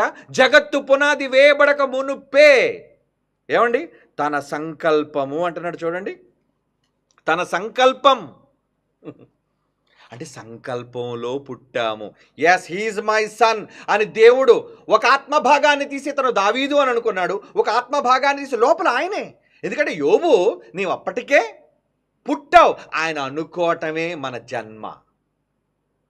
ఆయన తనలో ఉన్నప్పుడే మనం అందరం కూడా ఇతడు నా కుమారుడు అని అనుకోవడమే జన్మ. అర్థమవుతుందో లేదో? కాలము టైం లిమిట్ లేదు దానికి. అది తెలియాలి అంటే ఆ డేట్ ఆఫ్ బర్త్, మనందరి డేట్ ఆఫ్ బర్త్ దేవుడికి మాత్రమే. అక్కడికి వెళ్ళి అడగల, నాన్న తండ్రి మీరు ఎప్పుడు నన్ను అనుకున్నారు మీ సంకల్పంలో, ఆ టైం ఏంటో చెప్పగలరా అంటే ఆ డేట్ ఆఫ్ బర్త్ మీ తండ్రి మాత్రమే చెప్పగలడు, ప్రపంచంలో ప్రతి మనిషికి. ఎందుకంటే మనందరం మూలం అక్కడ కనుక, మనందరం మూలం అక్కడి నుంచే బయటకు వచ్చామంటే ఉన్నవాళ్ళం బయటకు వచ్చాం. మరి తనలో మనందరిని ఎప్పుడు విభాగించాడో, ఇతడు దావీదని, ఇతడు అబ్రహాం అని, ఇతడు ఆదామని, ఇతను క్రీస్తు అని, వీళ్ళందరినీ ఎప్పుడు విభాగించాడు? మొట్టమొదటి క్రీస్తుని విభాగించి బయటపెట్టాడు. ఎందుకంటే అందరిలో ప్రారంభంలో బయటకు వచ్చిన ఎవరు? జ్యేష్ఠుడు. చూస్తారా మాట? ఏమండి? చూడండి ఆ మాట, జ్యేష్ఠుడు. రోమపత్రిక 8వ అధ్యాయం 29-30 వచనాలు చూడండి ప్రియులారా. Very very important. రోమపత్రిక 8వ అధ్యాయం 29-30 వచనాలు. ఎందుకనగా తన కుమారుడు మిగిలిన తర్వాత పుట్టిన అనేక సహోదరుల్లో, నాన్న ఆదాము తర్వాత మిమ్మల్ని అందరినీ నేను కన్నానేమో, కానీ ఎంతమంది పుట్టినా నాలో నుంచి కుమారులను నేను పిలిచినా, కుమారులుగా నేను భావించినా, నా సంకల్పంలో నువ్వు కొడుకని నేను నాలో ఉన్నప్పుడే నేను ఆత్మని విడదీసి నేను అనుకున్నా, మనం లోనే విడిపోయాం. మర్చిపోకండి, తండ్రిలో ఉన్నప్పుడే, తరతరములో నివాస స్థలముగా దేవునిలో ఉన్నప్పుడే మనము అంటున్నాడు చూడండి. మనము నివాస స్థలముగా, తండ్రి నివాస స్థలముగా చేసుకుని ఉన్నప్పుడే, ఆయనలో ఉన్నప్పుడే ఏం చేశాడు? ఆయన తన కుమారుడు అనేక సహోదరుల్లో జ్యేష్ఠుడగునట్లు దేవుడు ఎవరిని ముందుగా ఎరిగెనో ఆయన అనుకున్నాడు. ఎస్, హీస్ మై సన్, ఇతడు నా కొడుకు, ఇతడు పేతురు, ఇతడు పౌలు అని అనుకున్నాడు. ఎవరిని ముందుగా ఎరిగెనో ఆయనకే తెలుసు. వారు తన కుమారుడైన యేసుక్రీస్తుతో సారూప్యము గలవారు విటకు వారిని ముందుగా, ఎంత ముందుగా? జగత్తు పునాది వేయబడక ముందుగా నిర్ణయించాడు. ఆ నిర్ణయమే నీ పుట్టుక. That is your date of birth. దేవుడు ఎప్పుడైతే మనల్ని నిర్ణయించుకున్నాడో ఆ నిర్ణయమే మన ఆరంభం. అంటే ఏంటి ఆరంభం? అంటే ఒక వ్యక్తిగా ఆయన మనకిచ్చిన గుర్తింపు, ఆయన మనకిచ్చిన ఐడెంటిటీ, అదే మన ప్రారంభం. అది ఎవరికి తెలుసు? నీకు నాకు తెలీదు, దేవుడికే తెలుసు, తండ్రికి మాత్రమే తెలుసు. అన్నీ అందరికీ తెలియవు, తండ్రికి మాత్రమే కొన్ని తెలుసు. అందుకే యేసుప్రభు కూడా అన్నాడు, ఆ గడియ గూర్చి కానీ ఆ టైమింగ్ల గురించి నాకు తెలియవయ్యా, ఈ టైమింగ్స్ అన్నీ ఎవరి చేతిలో ఉన్నాయి? మా నాన్న దగ్గర ఉన్నాయి అన్నారా? ఆ సమయమును గూర్చి కానీ ఆ గడియను గూర్చి కానీ, కాలములు సమయంలో నన్ను అడుగుతారంటే ఎప్పుడు జరుగుతుందని నాకు కూడా తెలియదు. తిరిగి లేచిన తర్వాత యేసుప్రభు చెబుతున్న మాట. ఏమండి? యేసుప్రభు తిరిగి లేచిన తర్వాత అపోస్తుల కార్యాలు 1వ అధ్యాయంలో చెబుతున్న మాట. ఏమండి? రెండో రాకడ ఎప్పుడు? ఇశ్రాయేలుకి మరలా రాజ్యం వస్తుందా అని అడిగినప్పుడు అపోస్తలులు తిరిగి లేచిన యేసుప్రభు, పునరుద్ధానుడైన యేసుప్రభుని అడుగుతున్నప్పుడు ఆయన ఏమని చెబుతున్నాడు చూడండి. అపోస్తుల కార్యాలు 1వ అధ్యాయం 7వ వచనం, కాలములను సమయములను తండ్రి తన స్వాధీనం. నాకు కూడా చెప్పలేదు నాయన తండ్రి అని ఎప్పుడు అంటున్నాడు ఈ మాట? ఏమండి? ఎప్పుడు? తన స్వాధీనం. తిరిగి లేచాక యేసుప్రభు చెప్తున్నాడు అపోస్తుల కార్యాలు 1వ అధ్యాయానికి. అప్పటికి ఆయన మృత్యుంజయుడై లేచి తండ్రి దగ్గరికి వెళ్ళి వచ్చేశాడు. వచ్చిన తర్వాత చెబుతున్న మాట ఏమండి? చదవండి ఇప్పుడు. కాలములు సమయములను తండ్రి తన స్వాధీనమందు ఉంచుకొని ఉన్నాడు. వాటిని తెలుసుకుంటే మీ పని కాదు. అంటే ఇక్కడ యేసుక్రీస్తు వారు కాలాన్ని గురించి మాట్లాడితే నాకు తెలియదండి ఈ టైమింగ్ అంటే, ఆయన నిర్ణయం ఎప్పుడు జరిగింది? జగత్తు పునాది వేయబడక మునుపే అన్నాడు, అంతే, ముందు. That is your date of birth, that is your starting. మరి ఇప్పుడు మన డేట్ ఆఫ్ బర్తే మనకు తెలియదు, ఎప్పుడు పుట్టాము. మరి యేసు ప్రభు ఎప్పుడు పుట్టాడు మీకెలా తెలుసు? ఈ చెప్పాలి అంటే ఎప్పుడు తనలో యేసును వేరుగా హీఈస్ మై సన్, నేడు నిన్ను కన్నాను అని ఆయన అనుకున్న రోజేదో అది తండ్రికి మాత్రమే తెలుసు. ఏ ఒక్కరికి పరలోకమందున్న కుమారుడికైనా దూతలకైనా మనకి కానీ ఎవ్వరికి ఆయన రెండో రాకడ టైమే తెలియలేనప్పుడు ఇంకా ఆయన ప్రారంభం, ఆయన పుట్టుక ఎలా తెలుస్తుంది చెప్పండి? దానినే మీకు అర్థం అవడానికి దట్ ఈజ్ యువర్ స్టార్టింగ్. మీ పుట్టుక అనే పదప్రయోగం చేశాడు. నిజానికి పుట్టినవాడా ఉన్నవాడా? మరలా అడుగుతున్నాను, మనమంతా పుట్టిన వాళ్ళమా ఉన్నవాళ్ళమా? ఎప్పుడో ఉన్నవాళ్ళం మనం, ఎప్పటి నుంచో ఉన్నవాళ్ళం మనం. కానీ తన సంకల్పంలో ఏం చేశాడు? తన సంకల్ప ప్రకారము కనెను అనే పదం ఉంటుంది చూడండి. యాకోబు పత్రిక, వెరీ ఇంపార్టెంట్ మాట ఇది, వెరీ వెరీ ఇంపార్టెంట్. యాకోబు పత్రిక 2వ అధ్యాయం, క్షమించండి 1వ అధ్యాయం 18వ వచనం. యాకోబు పత్రిక 1వ అధ్యాయం 18వ వచనం.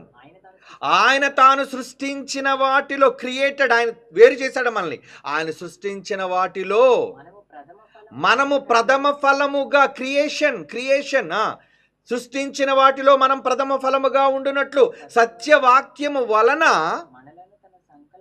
ఎందుకంటే మనకంటే ముందు ఎవరు పుట్టేశారు? మన అన్నకు అది పుట్టాడు. అంటే మన ఎవ్వరిని తన కడుపులో అనుకోక ముందు యేసును అనుకున్నాడు. నా మొదటి కొడుకు నీకే నాయన, నువ్వే జ్యేష్ఠుడవు. వింటున్నారా? జ్యేష్ఠుడెవరు అంటే ఫస్ట్ ఆయన గర్భములో తన కుమారుడిని యేసుక్రీస్తును అనుకున్నాడు. He is my son. తర్వాత ఆయన ద్వారా, నాయన నా సంకల్పం ఏంటంటే ముందుగా నిన్ను కొడుకు అనుకున్నాను కదా నాన్న, నీ ద్వారానే తర్వాత మిగతా వాళ్ళందరూ, నీ తమ్ముళ్ళు, నువ్వు జ్యేష్ఠుడివి, నీ ద్వారానే వీళ్ళందరూ నా దగ్గరకు రావాలి, నా పిల్లలుగా పిలువబడాలి. ఇది ఆయన సంకల్పం. అందుకే చదవండి ఇప్పుడు, తాను సృష్టించిన వాటిలో మనము ప్రథమ ఫలముగా ఉండునట్లు. నువ్వు ఎప్పుడు పుట్టినా, ముందు పుట్టినా, వెనక పుట్టినా, లాస్ట్లో పుట్టినా, ప్రథమ ఫలము అంటే ఫస్ట్ బాన్. ఎప్పుడు కూడా నువ్వు మొదటివాడుగా ఉండాలి అని, ఆయన భావనలో నువ్వు మొదటివాడిగా ఉండాలి, నీకు ప్రథమ స్థానం ఇవ్వాలి అని. ప్రథమ ఫలముగా ఉండినట్లు సత్యవాక్యము వలన మనలను తన సంకల్ప ప్రకారము కనినంటున్నాడు. చూడండి, కనటం అంటే ఏంటి? సంకల్పించటమే కనటం, సంకల్పమే కనటం.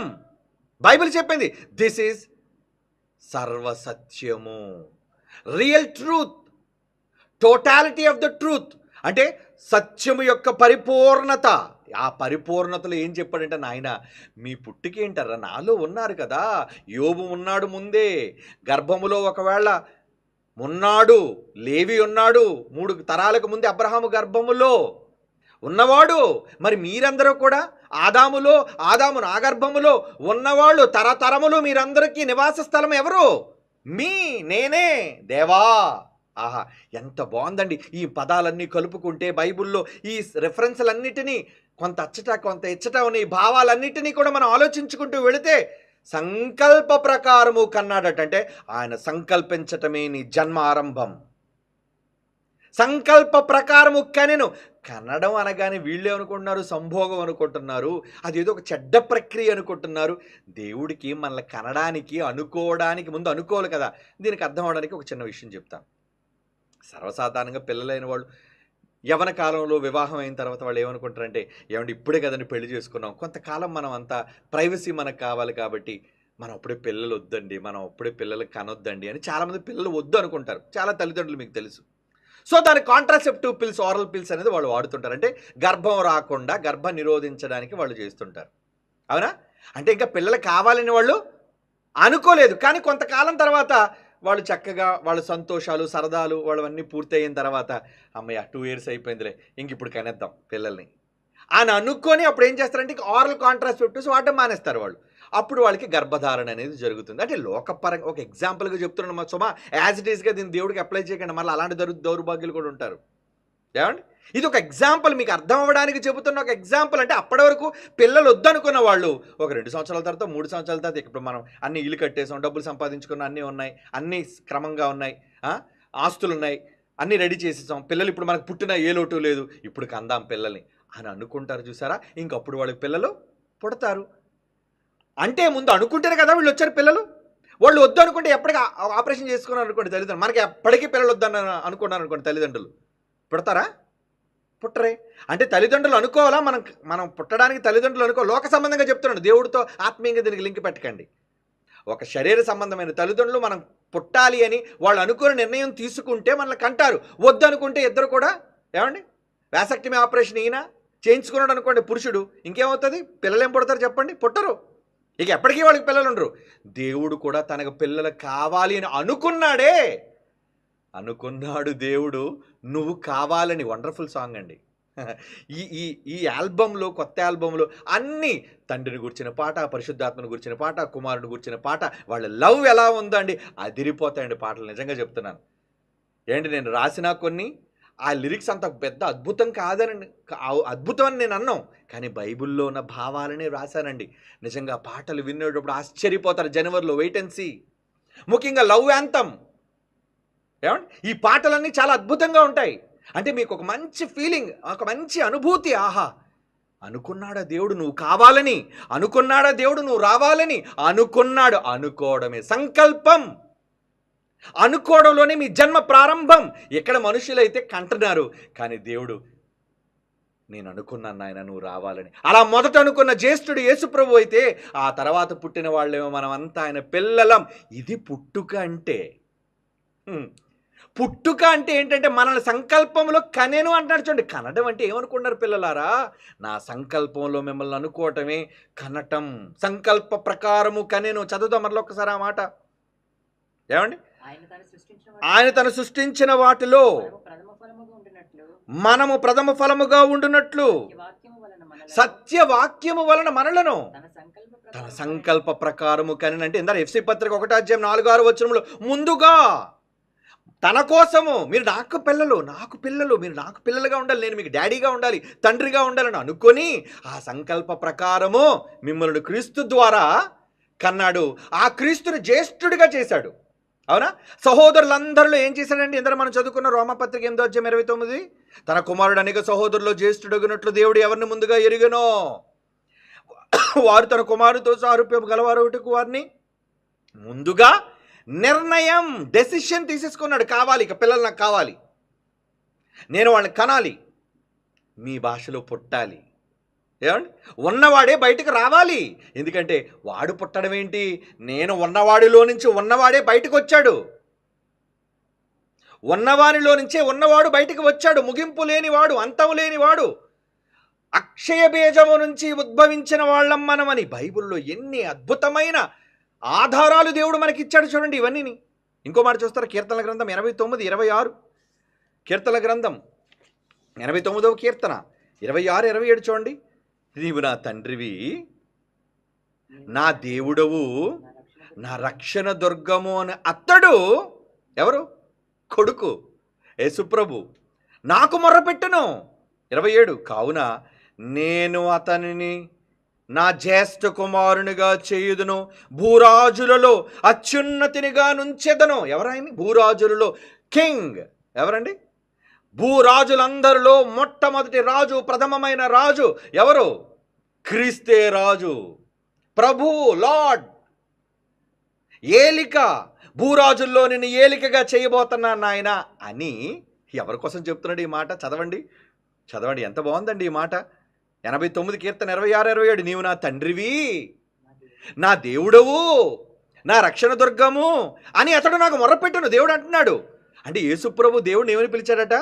నువ్వు నా తండ్రివి నాయనా, నువ్వు నా దేవుడు. అంటే యేసుప్రభు వారికి యెహోవా ఎవరెవరవుతా? ముందు తండ్రి, తర్వాత దేవుడు. ఏమండి, రక్షణ దుర్గము, నన్ను కాపాడేవాడు నీవే అని అతడు నాకు మొర్రపెట్టను. అప్పుడు నేనేమన్నాను ఆయనతోని? అందుకు నేను అతనిని నా జ్యేష్ఠ కుమారుడిగా నేను చేస్తున్నాను. నువ్వు జ్యేష్ఠుడిగా నేను నిన్ను చేస్తున్నాను, నీకు జ్యేష్ఠత్వపు హక్కు ఇస్తున్నాను. అంటే దేవుడు అనుకుంటే యేసుప్రభు కంటే ఇంకెవరినైనా ముందుగా కనగలడు, కానీ హక్కు ఎవరికి ఇచ్చాడు? ఎవరినైతే దేవుడు నిర్ణయించుకుంటాడో వాళ్ళే జ్యేష్ఠత్వం హక్కు కలిగిన వాళ్ళు. లైన్ ప్రకారంగా యాకోబుకి ఏమంటే రూబేను జ్యేష్ఠుడు, కానీ 4వ వాడైన యోధా ఎందుకు జ్యేష్ఠుడయ్యాడు? అనుకున్నాడు కనుక. దేవుడు అనుకున్నాడు, రూబేను కాడు. వాడు మొదట పుడితే పుట్టొచ్చు, కానీ నేను అనుకున్నది మాత్రం ఎవరిని? రూబేను కాదు, యోధాను అనుకున్నాను, జ్యేష్ఠుడు. మరి మనల్ని ఏమనుకున్నాడు? జ్యేష్ఠులుగా ఉండుటకు, జ్యేష్ఠుల సంఘము అన్నాడు హెబ్రీ పత్రిక 12లో. మనమంతా జ్యేష్ఠుల సంఘము. మనల్ని కూడా జ్యేష్ఠులుగా, మనం ముందు పుట్టామా? జ్యేష్ఠులను మనల్ని కూడా అంటున్నాడు ఏంటి అంటే, యేసు ప్రభువుని ఎలాగైతే జ్యేష్ఠుడు అన్నాడో సంఘములో ఉన్న మనల్ని కూడా దేవుడు ఎంత ప్రేమ చూడండి ఆయనది. నిజంగా నా కొడుకు జ్యేష్ఠుడు ఆయన, ఓకే, నిన్ను ముందు ఆయన అనుకున్నాను, కానీ మీరు కూడా నా కొడుకులాగే సారూప్యము గలవారుగా ఉండాలి, సమానంగా ఉండాలి కదా. సమానంగా ఉంటే అంటే యేసుతో పాటు మీరు దైవాలు సమానమా? ఏమండి, మనం పూజింపబడే దైవాలం కాదండి, ఆరాధనలు అందుకునే దైవాలం కాదండి. దేవుని గర్భవాసము నుండి పుట్టిన ఆయన దేవుడైతే దేవుని గర్భాన దైవమే పుడుతుంది. ఏమండి, సింహం కడుపున ఏం పుడుతుంది అంటారు మనుషుల సామెత? సింహం కడుపున కుక్కపిల్ల పుట్టదు. ఏమండి, పిల్లి కడుపున ఎలక పుట్టదు. అవునా? సింహం కడుపున సింహమే పుడుతుంది. మరి దేవుని కడుపున దేవుడే పుడతాడు, రాజు కడుపున రాజే పుట్టాలి. దేవుడు కడుపు పరలోకమందున్న ఆది సంభూతుడు, ప్రారంభకుడు. ఆది సంభూతుడు అని అనకూడదులేండి దేవుడిని, ఆయన ఎప్పటి నుంచి ఉన్నాడో తెలియదు, ఆయన ఉన్నవాడంతే. ఆ ఉన్నవాడైన ఆయనలో ఏమొచ్చాం మనం? ప్రారంభించబడ్డాం. సంకల్ప ప్రకారంగా అనుకున్నాడు తనలో ఉన్నప్పుడే. అసలు ఈ భూమిని రవ్వంతా చెయ్యక మునిపే, పునాది వేయబడక మునిపే, జగత్తు పునాది వేయబడక మునిపే సంకల్ప ప్రకారము మనల్ని కనెను కనెను కనెను. దట్ ఈజ్ అవర్ బర్త్, పుట్టుక, ప్రారంభం. దేవుడు అనుకున్నాడు, అనుకుని మనకి జన్మనిచ్చాడు. ఆయన అనుకోకపోతే ఎలా అండి? మనమంతా ఎలా వచ్చిండో అని చెప్పండి. యేసు రావడానికి తండ్రి ఉన్నాడు, పరిశుద్ధాత్ముడు రావడానికి తండ్రి ఉన్నాడు, మనమందరం రావడానికి తండ్రి ఉన్నాడు. ఆయన ఉన్నవానిగా ఉన్నాడు. ఉన్నవాడు ఆయనే, పుట్టిన మనందరినీ పుట్టించినవాడు ఆయనే. పుట్టించినవాడు అంటే మనం కూడా ఉన్నవాళ్ళమే, ఆయనలో ఉన్నాము, బయటికి వచ్చాము, ఉన్నవాళ్ళమే. మర్చిపోకండి, మనము ఉన్నవాళ్ళమే.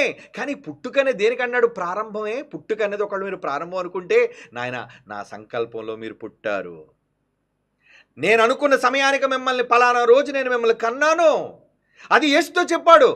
నేడు నేను నిన్ను కన్నాను. ఏ డేట్ ఆఫ్ బర్త్ చెప్పమంటారు ఇప్పుడు?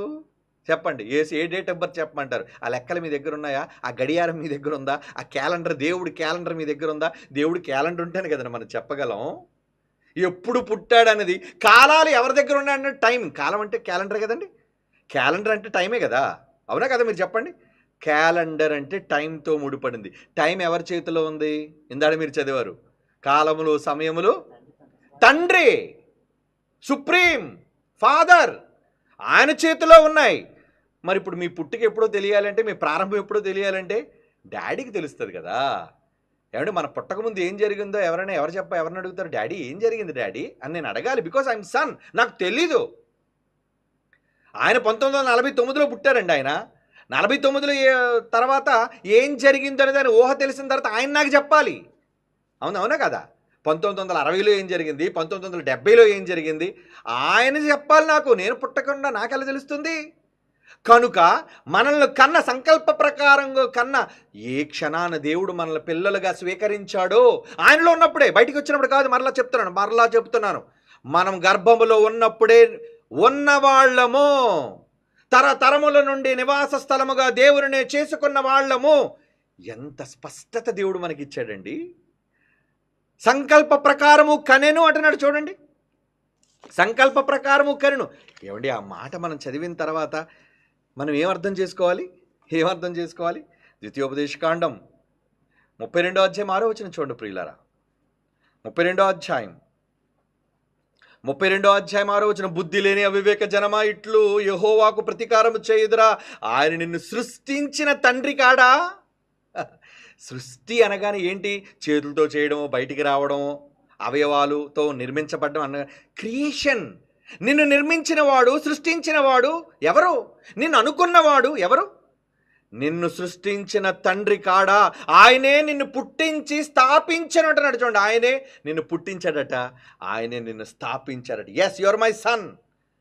ఒక యేసును అలాగే అన్నాడు. ఎందుకంటే అన్నాడు, నేడు నిన్ను కన్నాను. ఆ యేసుతో ఆ మాట అనకపోతే మనం ఒప్పుకుందాం.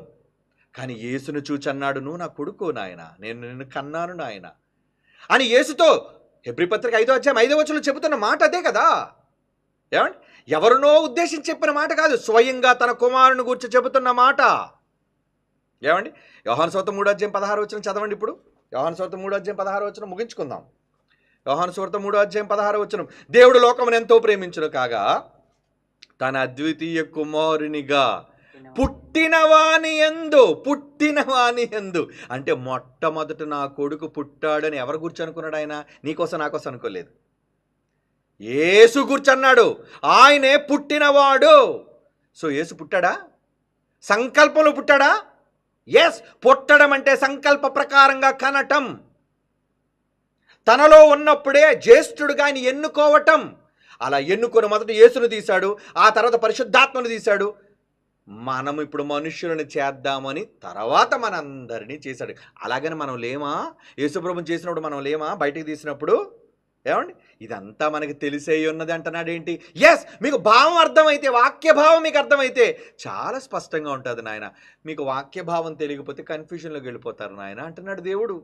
ఏమండి? చూడండి, అద్వితీయ కుమారునిగా పుట్టిన వాని అంటే ఆయన మాత్రమే నెంబర్ 1, అద్వితీయుడు. ఆయన లాంటి యేసుప్రభు ఇంకొకటి లేడు అని పుట్టినవాని యందు అంటున్నాడు. చూడండి, పుట్టినవాని యందు. హెబ్రీ పత్రిక 12:6-10 అంటే యేసుక్రీస్తు వారిని దేవుడు, నేను నిన్ను పుట్టించాను నాయన, జగత్తు పునాది వేయబడక మునివే ఆరంభంలో నువ్వే ప్రారంభకుడు అన్నిటికీ, ఆది సంభూతుడు అంటే ఆయనే ఆరంభం, వచ్చినవాడు, తండ్రిలో నుంచి మొదట బయటికి వచ్చినవాడు. అందుకే కదా కొడుకు అంటున్నాడు. లేదా దేవుడు అనే పిల్లలకి సమానమైన దేవుడు అనాలి కదా. కొడుకు అనే పదప్రయోగం ఆయన్ని చూచి క్రొత్త నిబంధన అంతా యేసుప్రభు ఒప్పుకోవడం కానీ, అపోస్తులు చెప్పడం కానీ, ఈ మాటలన్నీ కూడా కొడుకు కొడుకు కొడుకు కొడుకు కొడుకు అని ఎందుకన్నాడంటే ఒక తండ్రి నుంచి వచ్చిన వాడినే కదండి కొడుకు అంటారు. ఏమండి? ఓకే, చదవండి ఈ మాట, ఎంత బాగుంది. హెబ్రీ పత్రిక 12:7 6-7 చదువుదామండి. ప్రభు తాను ప్రేమించిన వారిని శిక్షించి తాను స్వీకరించు ప్రతి కుమారుని దండించడు. స్వీకరిస్తున్నాడు. ఎస్, యువర్ మై సన్, మీరు నా పిల్లలని స్వీకరిస్తున్నాడు ఆయన. ప్రతి కుమారుని దండించును అని కుమారులతో సంభాషించినట్లు మీతో సంభాషించచ్చు. మనం పిల్లలమే కాదన్నారు ఏంటండి వీళ్ళు? అయ్యో, తండ్రి మనల్ని కనలేదా? మన దేవునికి పిల్లలం కాదా? జంతువులుమా? యేసు కాదయ్యా మనల్ని పుట్టించింది, జంతువుల్ని దేవదూతల్ని కలిగించింది యేసు. యేసు కన్నాడు, క్షమించండి, యేసు కనలేదు, యేసు వలన కలిగాయవన్నీ, కలిగించాడు మాట వలన. కానీ మనల్ని కన్నది తండ్రి. దేవుడని యెహోవా తనలోని జీవవాయువును ఊదాడు, అతనిలో నుంచి భాగాలను తీశాడు మనల్ని. ఏమండి? చూడండి ఏమన్నాడు. ప్రభు తాను ప్రేమించిన వారిని శిక్షించి తాను స్వీకరించు ప్రతి కుమారుని దండించును అని కుమారులతో సంభాషించినట్లు మీతో సంభాషించుచు ఆయన హెచ్చరికను మరిచితిరి. శిక్షాఫలం పొందుటకై మీరు సహించుచున్నారు. దేవుడు కుమారులుగా మిమ్మల్ని చూచుచున్నాడు. ఎలా చూస్తున్నాడు మిమ్మల్ని? మీరంతా ఎవరు? సన్స్. అంటే ఆయన అనుకుంటే మనం కొడుకులేమేనా? అవునండి, ఆయన అనుకుంటే మనం పిల్లలం. అనుకున్నాడు దేవుడు నువ్వు కుమారుడు అని, అనుకున్నాడు దేవుడు నువ్వు క్రీస్తు నా జ్యేష్ఠ కుమారుడు అని, అందుకే నిన్ను కన్నాను అని. దేవుడు అనుకుంటే కొడుకు అవుతాడా? ఎస్. ఏమంటే మన గర్భం నుంచి పుట్టకపోయినా ఎవరైనా పిల్లల్ని మనం పిల్లలు అనుకోకూడదా? దస్తావేజుల్లో ఎవరైనా రాయించుకొని దత్తత మనం తీసుకొని మన పిల్లలు అనుకుంటే కొడుకు అవుతాడా? ఆవిడ వారసుడు అవుతాడా? ఆవిడ చెప్పండి మీరు. మనం అనుకుంటే చాలండి ఎవరినైనా వారసులుగా చేసుకోవచ్చు. దేవుడు కూడా మనల్ని వారసులుగా చేసుకోవాలని అనుకున్నాడు. ఏమండి? 2 కొరింథీ పత్రిక 6:18 ఏమన్నాడు చూడండి. 2 కొరింథీ పత్రిక, కుమారులుగా మనల్ని చూచున్నాడని హెబ్రీ పత్రికల్లో చెప్పిన మాట. 2 కొరింథీ పత్రిక 6:18, నేను మిమ్మల్ని చేర్చుకొందును, మీకు తండ్రినయ్యుందును, ఇంక్లూడింగ్ జీసస్ క్రైస్ట్. అందుకే తండ్రి తండ్రి తండ్రి, నా దేవా నా దేవా, నా తండ్రి నా తండ్రి అని మాట్లాడుతున్నాడు చూడండి. ఆయన మీకు తండ్రినయ్యుందును, మీరు నాకు కుమారులను కుమార్తెలనయ్యుందును. సర్వశక్తి గల ప్రభు చెప్తున్నాడు. యేసు ప్రభు చెప్పట్లేదు ఇక్కడ. సర్వశక్తి గల ప్రభు అంటే జన్మనిచ్చిన తండ్రి అంటున్నాడు. నా పిల్లలు నాయన, మీరంతా నా పిల్లలు. ఏమండి? అంటే ఏ కొడుకునైనా మహిమకు తెచ్చేది తండ్రి, ఎగ్జిస్టెన్స్లోకి తెచ్చేది తండ్రి, ఉనికిలోకి తెచ్చేది తండ్రి. ఇప్పుడు చదవండి ఈ మాట. హెబ్రీ పత్రిక 2:10. హెబ్రీ పత్రిక 2:10. హెబ్రీ పత్రిక 2:10, ఎవరి నిమిత్తము సమస్తమును ఉన్నవో, ఎవరి వలన సమస్తమును కలుగుచున్నవో ఆయన అనేకులైన కుమారులను మహిమకు తెచ్చుచుండగా. కొడుకులు ఏం చేస్తున్నాడండి? మహిమకు తెస్తున్నాడట. వారి రక్షణకర్తను శ్రమల ద్వారా సంపూర్ణను చేయుట ఆయనకు తగును. అంటే ఎవరిని తీసుకొస్తున్నారు? ఎవరి కోసం చెప్తున్నాడు ఈ మాట? తండ్రి అయిన దేవుడు మనందరినీ ఏం చేస్తాడట? ఏమండి? ఎవరి నిమిత్తము సమస్తమును ఉన్నవో, ఎవరి వలన సమస్తమును కలుగుచున్నవో, యేసుప్రభు వల్ల కదా అన్నీ కలిగాయి. ఆయన అనేకులైన కుమారులను మహిమకు తెచ్చుచుండగా మన అందరికీ మహిమ వస్తుంది ఈరోజు. Yes, we are sons of God, దేవుని పిల్లలం, వారసులం. మహిమకు తెచ్చుచుండగా వారి రక్షణకర్త, అంటే మనకు రక్షణ ఇచ్చిన రక్షణకర్త యేసుప్రభు ఉన్నాడే, ఆయన కూడా శ్రమల ద్వారా సంపూర్ణునిగా చేయుటకు ఆయనకే తగును. అంటే నాయన, నువ్వు నా మొదట పుట్టిన కొడుకువైనా నువ్వు శ్రమ పడితేనే సంపూర్ణుడుగా మారుతావు అని చెప్పాడట ఆయనతోని. ఎంత నిష్పక్షపాతమైన తండ్రి అండి! యేసును కూడా శ్రమల పాలు చేశాడు, శ్రమకు పంపించాడు, శ్రమ పడమని చెప్పాడు, అప్పుడే నువ్వు సంపూర్ణుడు అని చెప్పాడు. ఇది నా మాట, బైబిల్లో మాట. బైబిల్లో మాట చూడండి. ఏమండి? వారి రక్షణకర్తను శ్రమల ద్వారా, అంటే యేసుప్రభు శ్రమ పడాలా? ఎందుకని శ్రమ పడాలి? కొడుకు కదండి. కొడుకైనా శ్రమ తప్పదో, శ్రమ పడాలి. శ్రమల ద్వారా సంపూర్ణునిగా చేయుటకు. నువ్వు శ్రమ పడితే కొడుకు కాకుండా పోతావని కాదు, కొడుకువే, కానీ శ్రమలు పడ్డం వల్ల సంపూర్ణుడు అవుతావు. Full pledged, you are my son. ఏమండి? శ్రమల ద్వారా సంపూర్ణునిగా చేయుటకు ఆయనకు తగును. దేవుడు అనుకున్నాడు యేసుప్రభుని శ్రమల ద్వారా సంపూర్ణంగా చేయాలనుకొని. కనుక దేవుడు ఏది అనుకుంటే అదే నిజం, అదే మనం ఒప్పుకోవాలి. ఆయన ఎవరిని కొడుకులుగా అంగీకరించాడో అందరినీ కొడుకులుగా మనం అంగీకరించి తీరాలి. యేసుని అంగీకరించాడు కొడుకని అన్నాడు. పరిశుద్ధాత్మని, ఆ మాటలు కూడా మీకు చూపించారు కదా. పరిశుద్ధాత్మను ప్రభువా, ఏమండి, ఏమని అన్నాడు? దేవా అని మనలో ఉండి దేవుని గూర్చి మొరపెట్టు, అబ్బా తండ్రి అని మొరపెట్టు. తన కుమారుని యొక్క ఆత్మ, పరిశుద్ధాత్మ, ఆయన కూడా మనలోకి వచ్చి ఏమని మొరపెడుతున్నాడట? తండ్రి, అబ్బా అంటున్నాడట. ఏమంటే రోమపత్రిక 8వ అధ్యాయంలోనండి 26వ వచనం ఎంత చదివితే మనకు అర్థమవుతుంది. అబ్బా తండ్రి అంటే పరిశుద్ధాత్ముడు కూడా అబ్బా ఎవరు? పరిశుద్ధాత్ముడు కూడా అబ్బా అని ఎందుకు పిలాలి? యేసుప్రభు వచ్చి తండ్రి అని పిలిచాడంటే అర్థం ఉందండి. సర్వసత్యులను నడిపించిన పరిశుద్ధాత్ముడు వచ్చి అబ్బా తండ్రి అని ఎందుకు పిలాలి? అంటే నాకు కూడా నువ్వే కదా అయ్యా తండ్రివి. తండ్రి అన్న మాటకు అర్థం వన్ ఫాదర్. మరలా మర్చిపోకండి, తండ్రి ఒక్కడు తప్ప ఇద్దరు తండ్రులు ఉండరు. ఒకవేళ లోకంలో ఎవడన్నా నాకు ఇద్దరు డాడీలు ఉన్నారంటే ఏమంటారు? ఎవరైనా చూసి నవ్విపోతారు. మీ అమ్మ ఇంత చెడ్డదేంట్రా, నాకు 5గురు డాడీలు ఉన్నారంటే. జ్ఞానం అర్థం కాక మూర్ఖులైన వాళ్ళు అనుకునే విధానం అండి. అయితే మీలో కొంతమంది ఇంతకీ ఇప్పుడు ముగ్గురా ఒక్కరా? మరి తండ్రి కుమార పరిశుద్ధాత్మ నామములలోనికి అనకుండా నామం అన్నాడు కదా, ఒక్కటే నామం అన్నాడు కదా, ఒకే పేరు అన్నాడు కదా. అంటే పేరు ఒక్కటే అయినప్పుడు ఒక్కడే కదా అనుకున్నారా?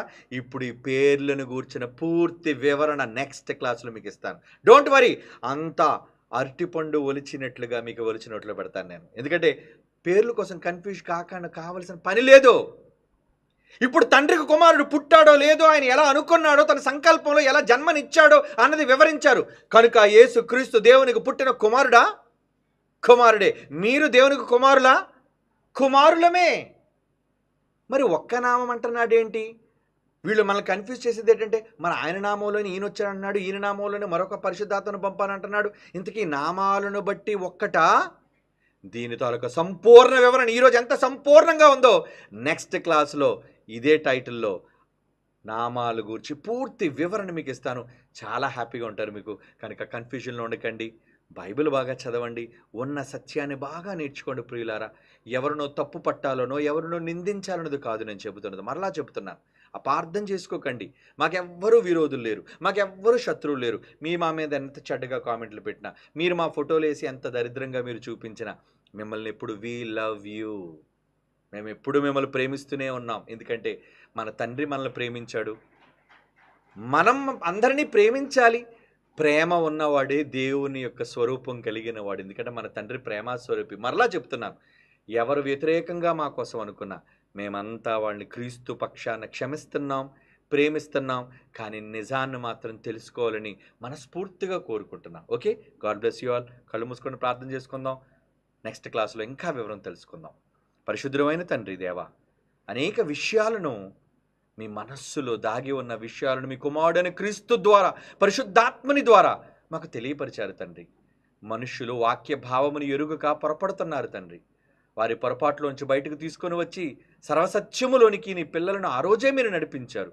కానీ ఇప్పుడు వీళ్ళు కలిగి ఉన్న గలిబిలి నుంచి తండ్రి నీ పిల్లలకు సత్యాన్ని నేర్పించి ఆవేశాన్ని, ఉద్రేకాన్ని, కోపాన్ని తగ్గించి ప్రేమతో సామరస్యంగా దేన్నైనా ఆలోచించగలిగే ఒక మంచి అవకాశాన్ని నీ ప్రియమైన పిల్లలైన వీళ్ళందరికీ అనుగ్రహించవలసిందిగా మరొకసారి విజ్ఞాపనపూర్వకంగా మిమ్మల్ని వేడుకుంటూ యేసుక్రీస్తు వారి పరిశుద్ధమైన నామములో ఈ ప్రార్థన విజ్ఞాపనలు మీ సన్నిధికి చేర్చుచున్నాము తండ్రి. ఆమెన్.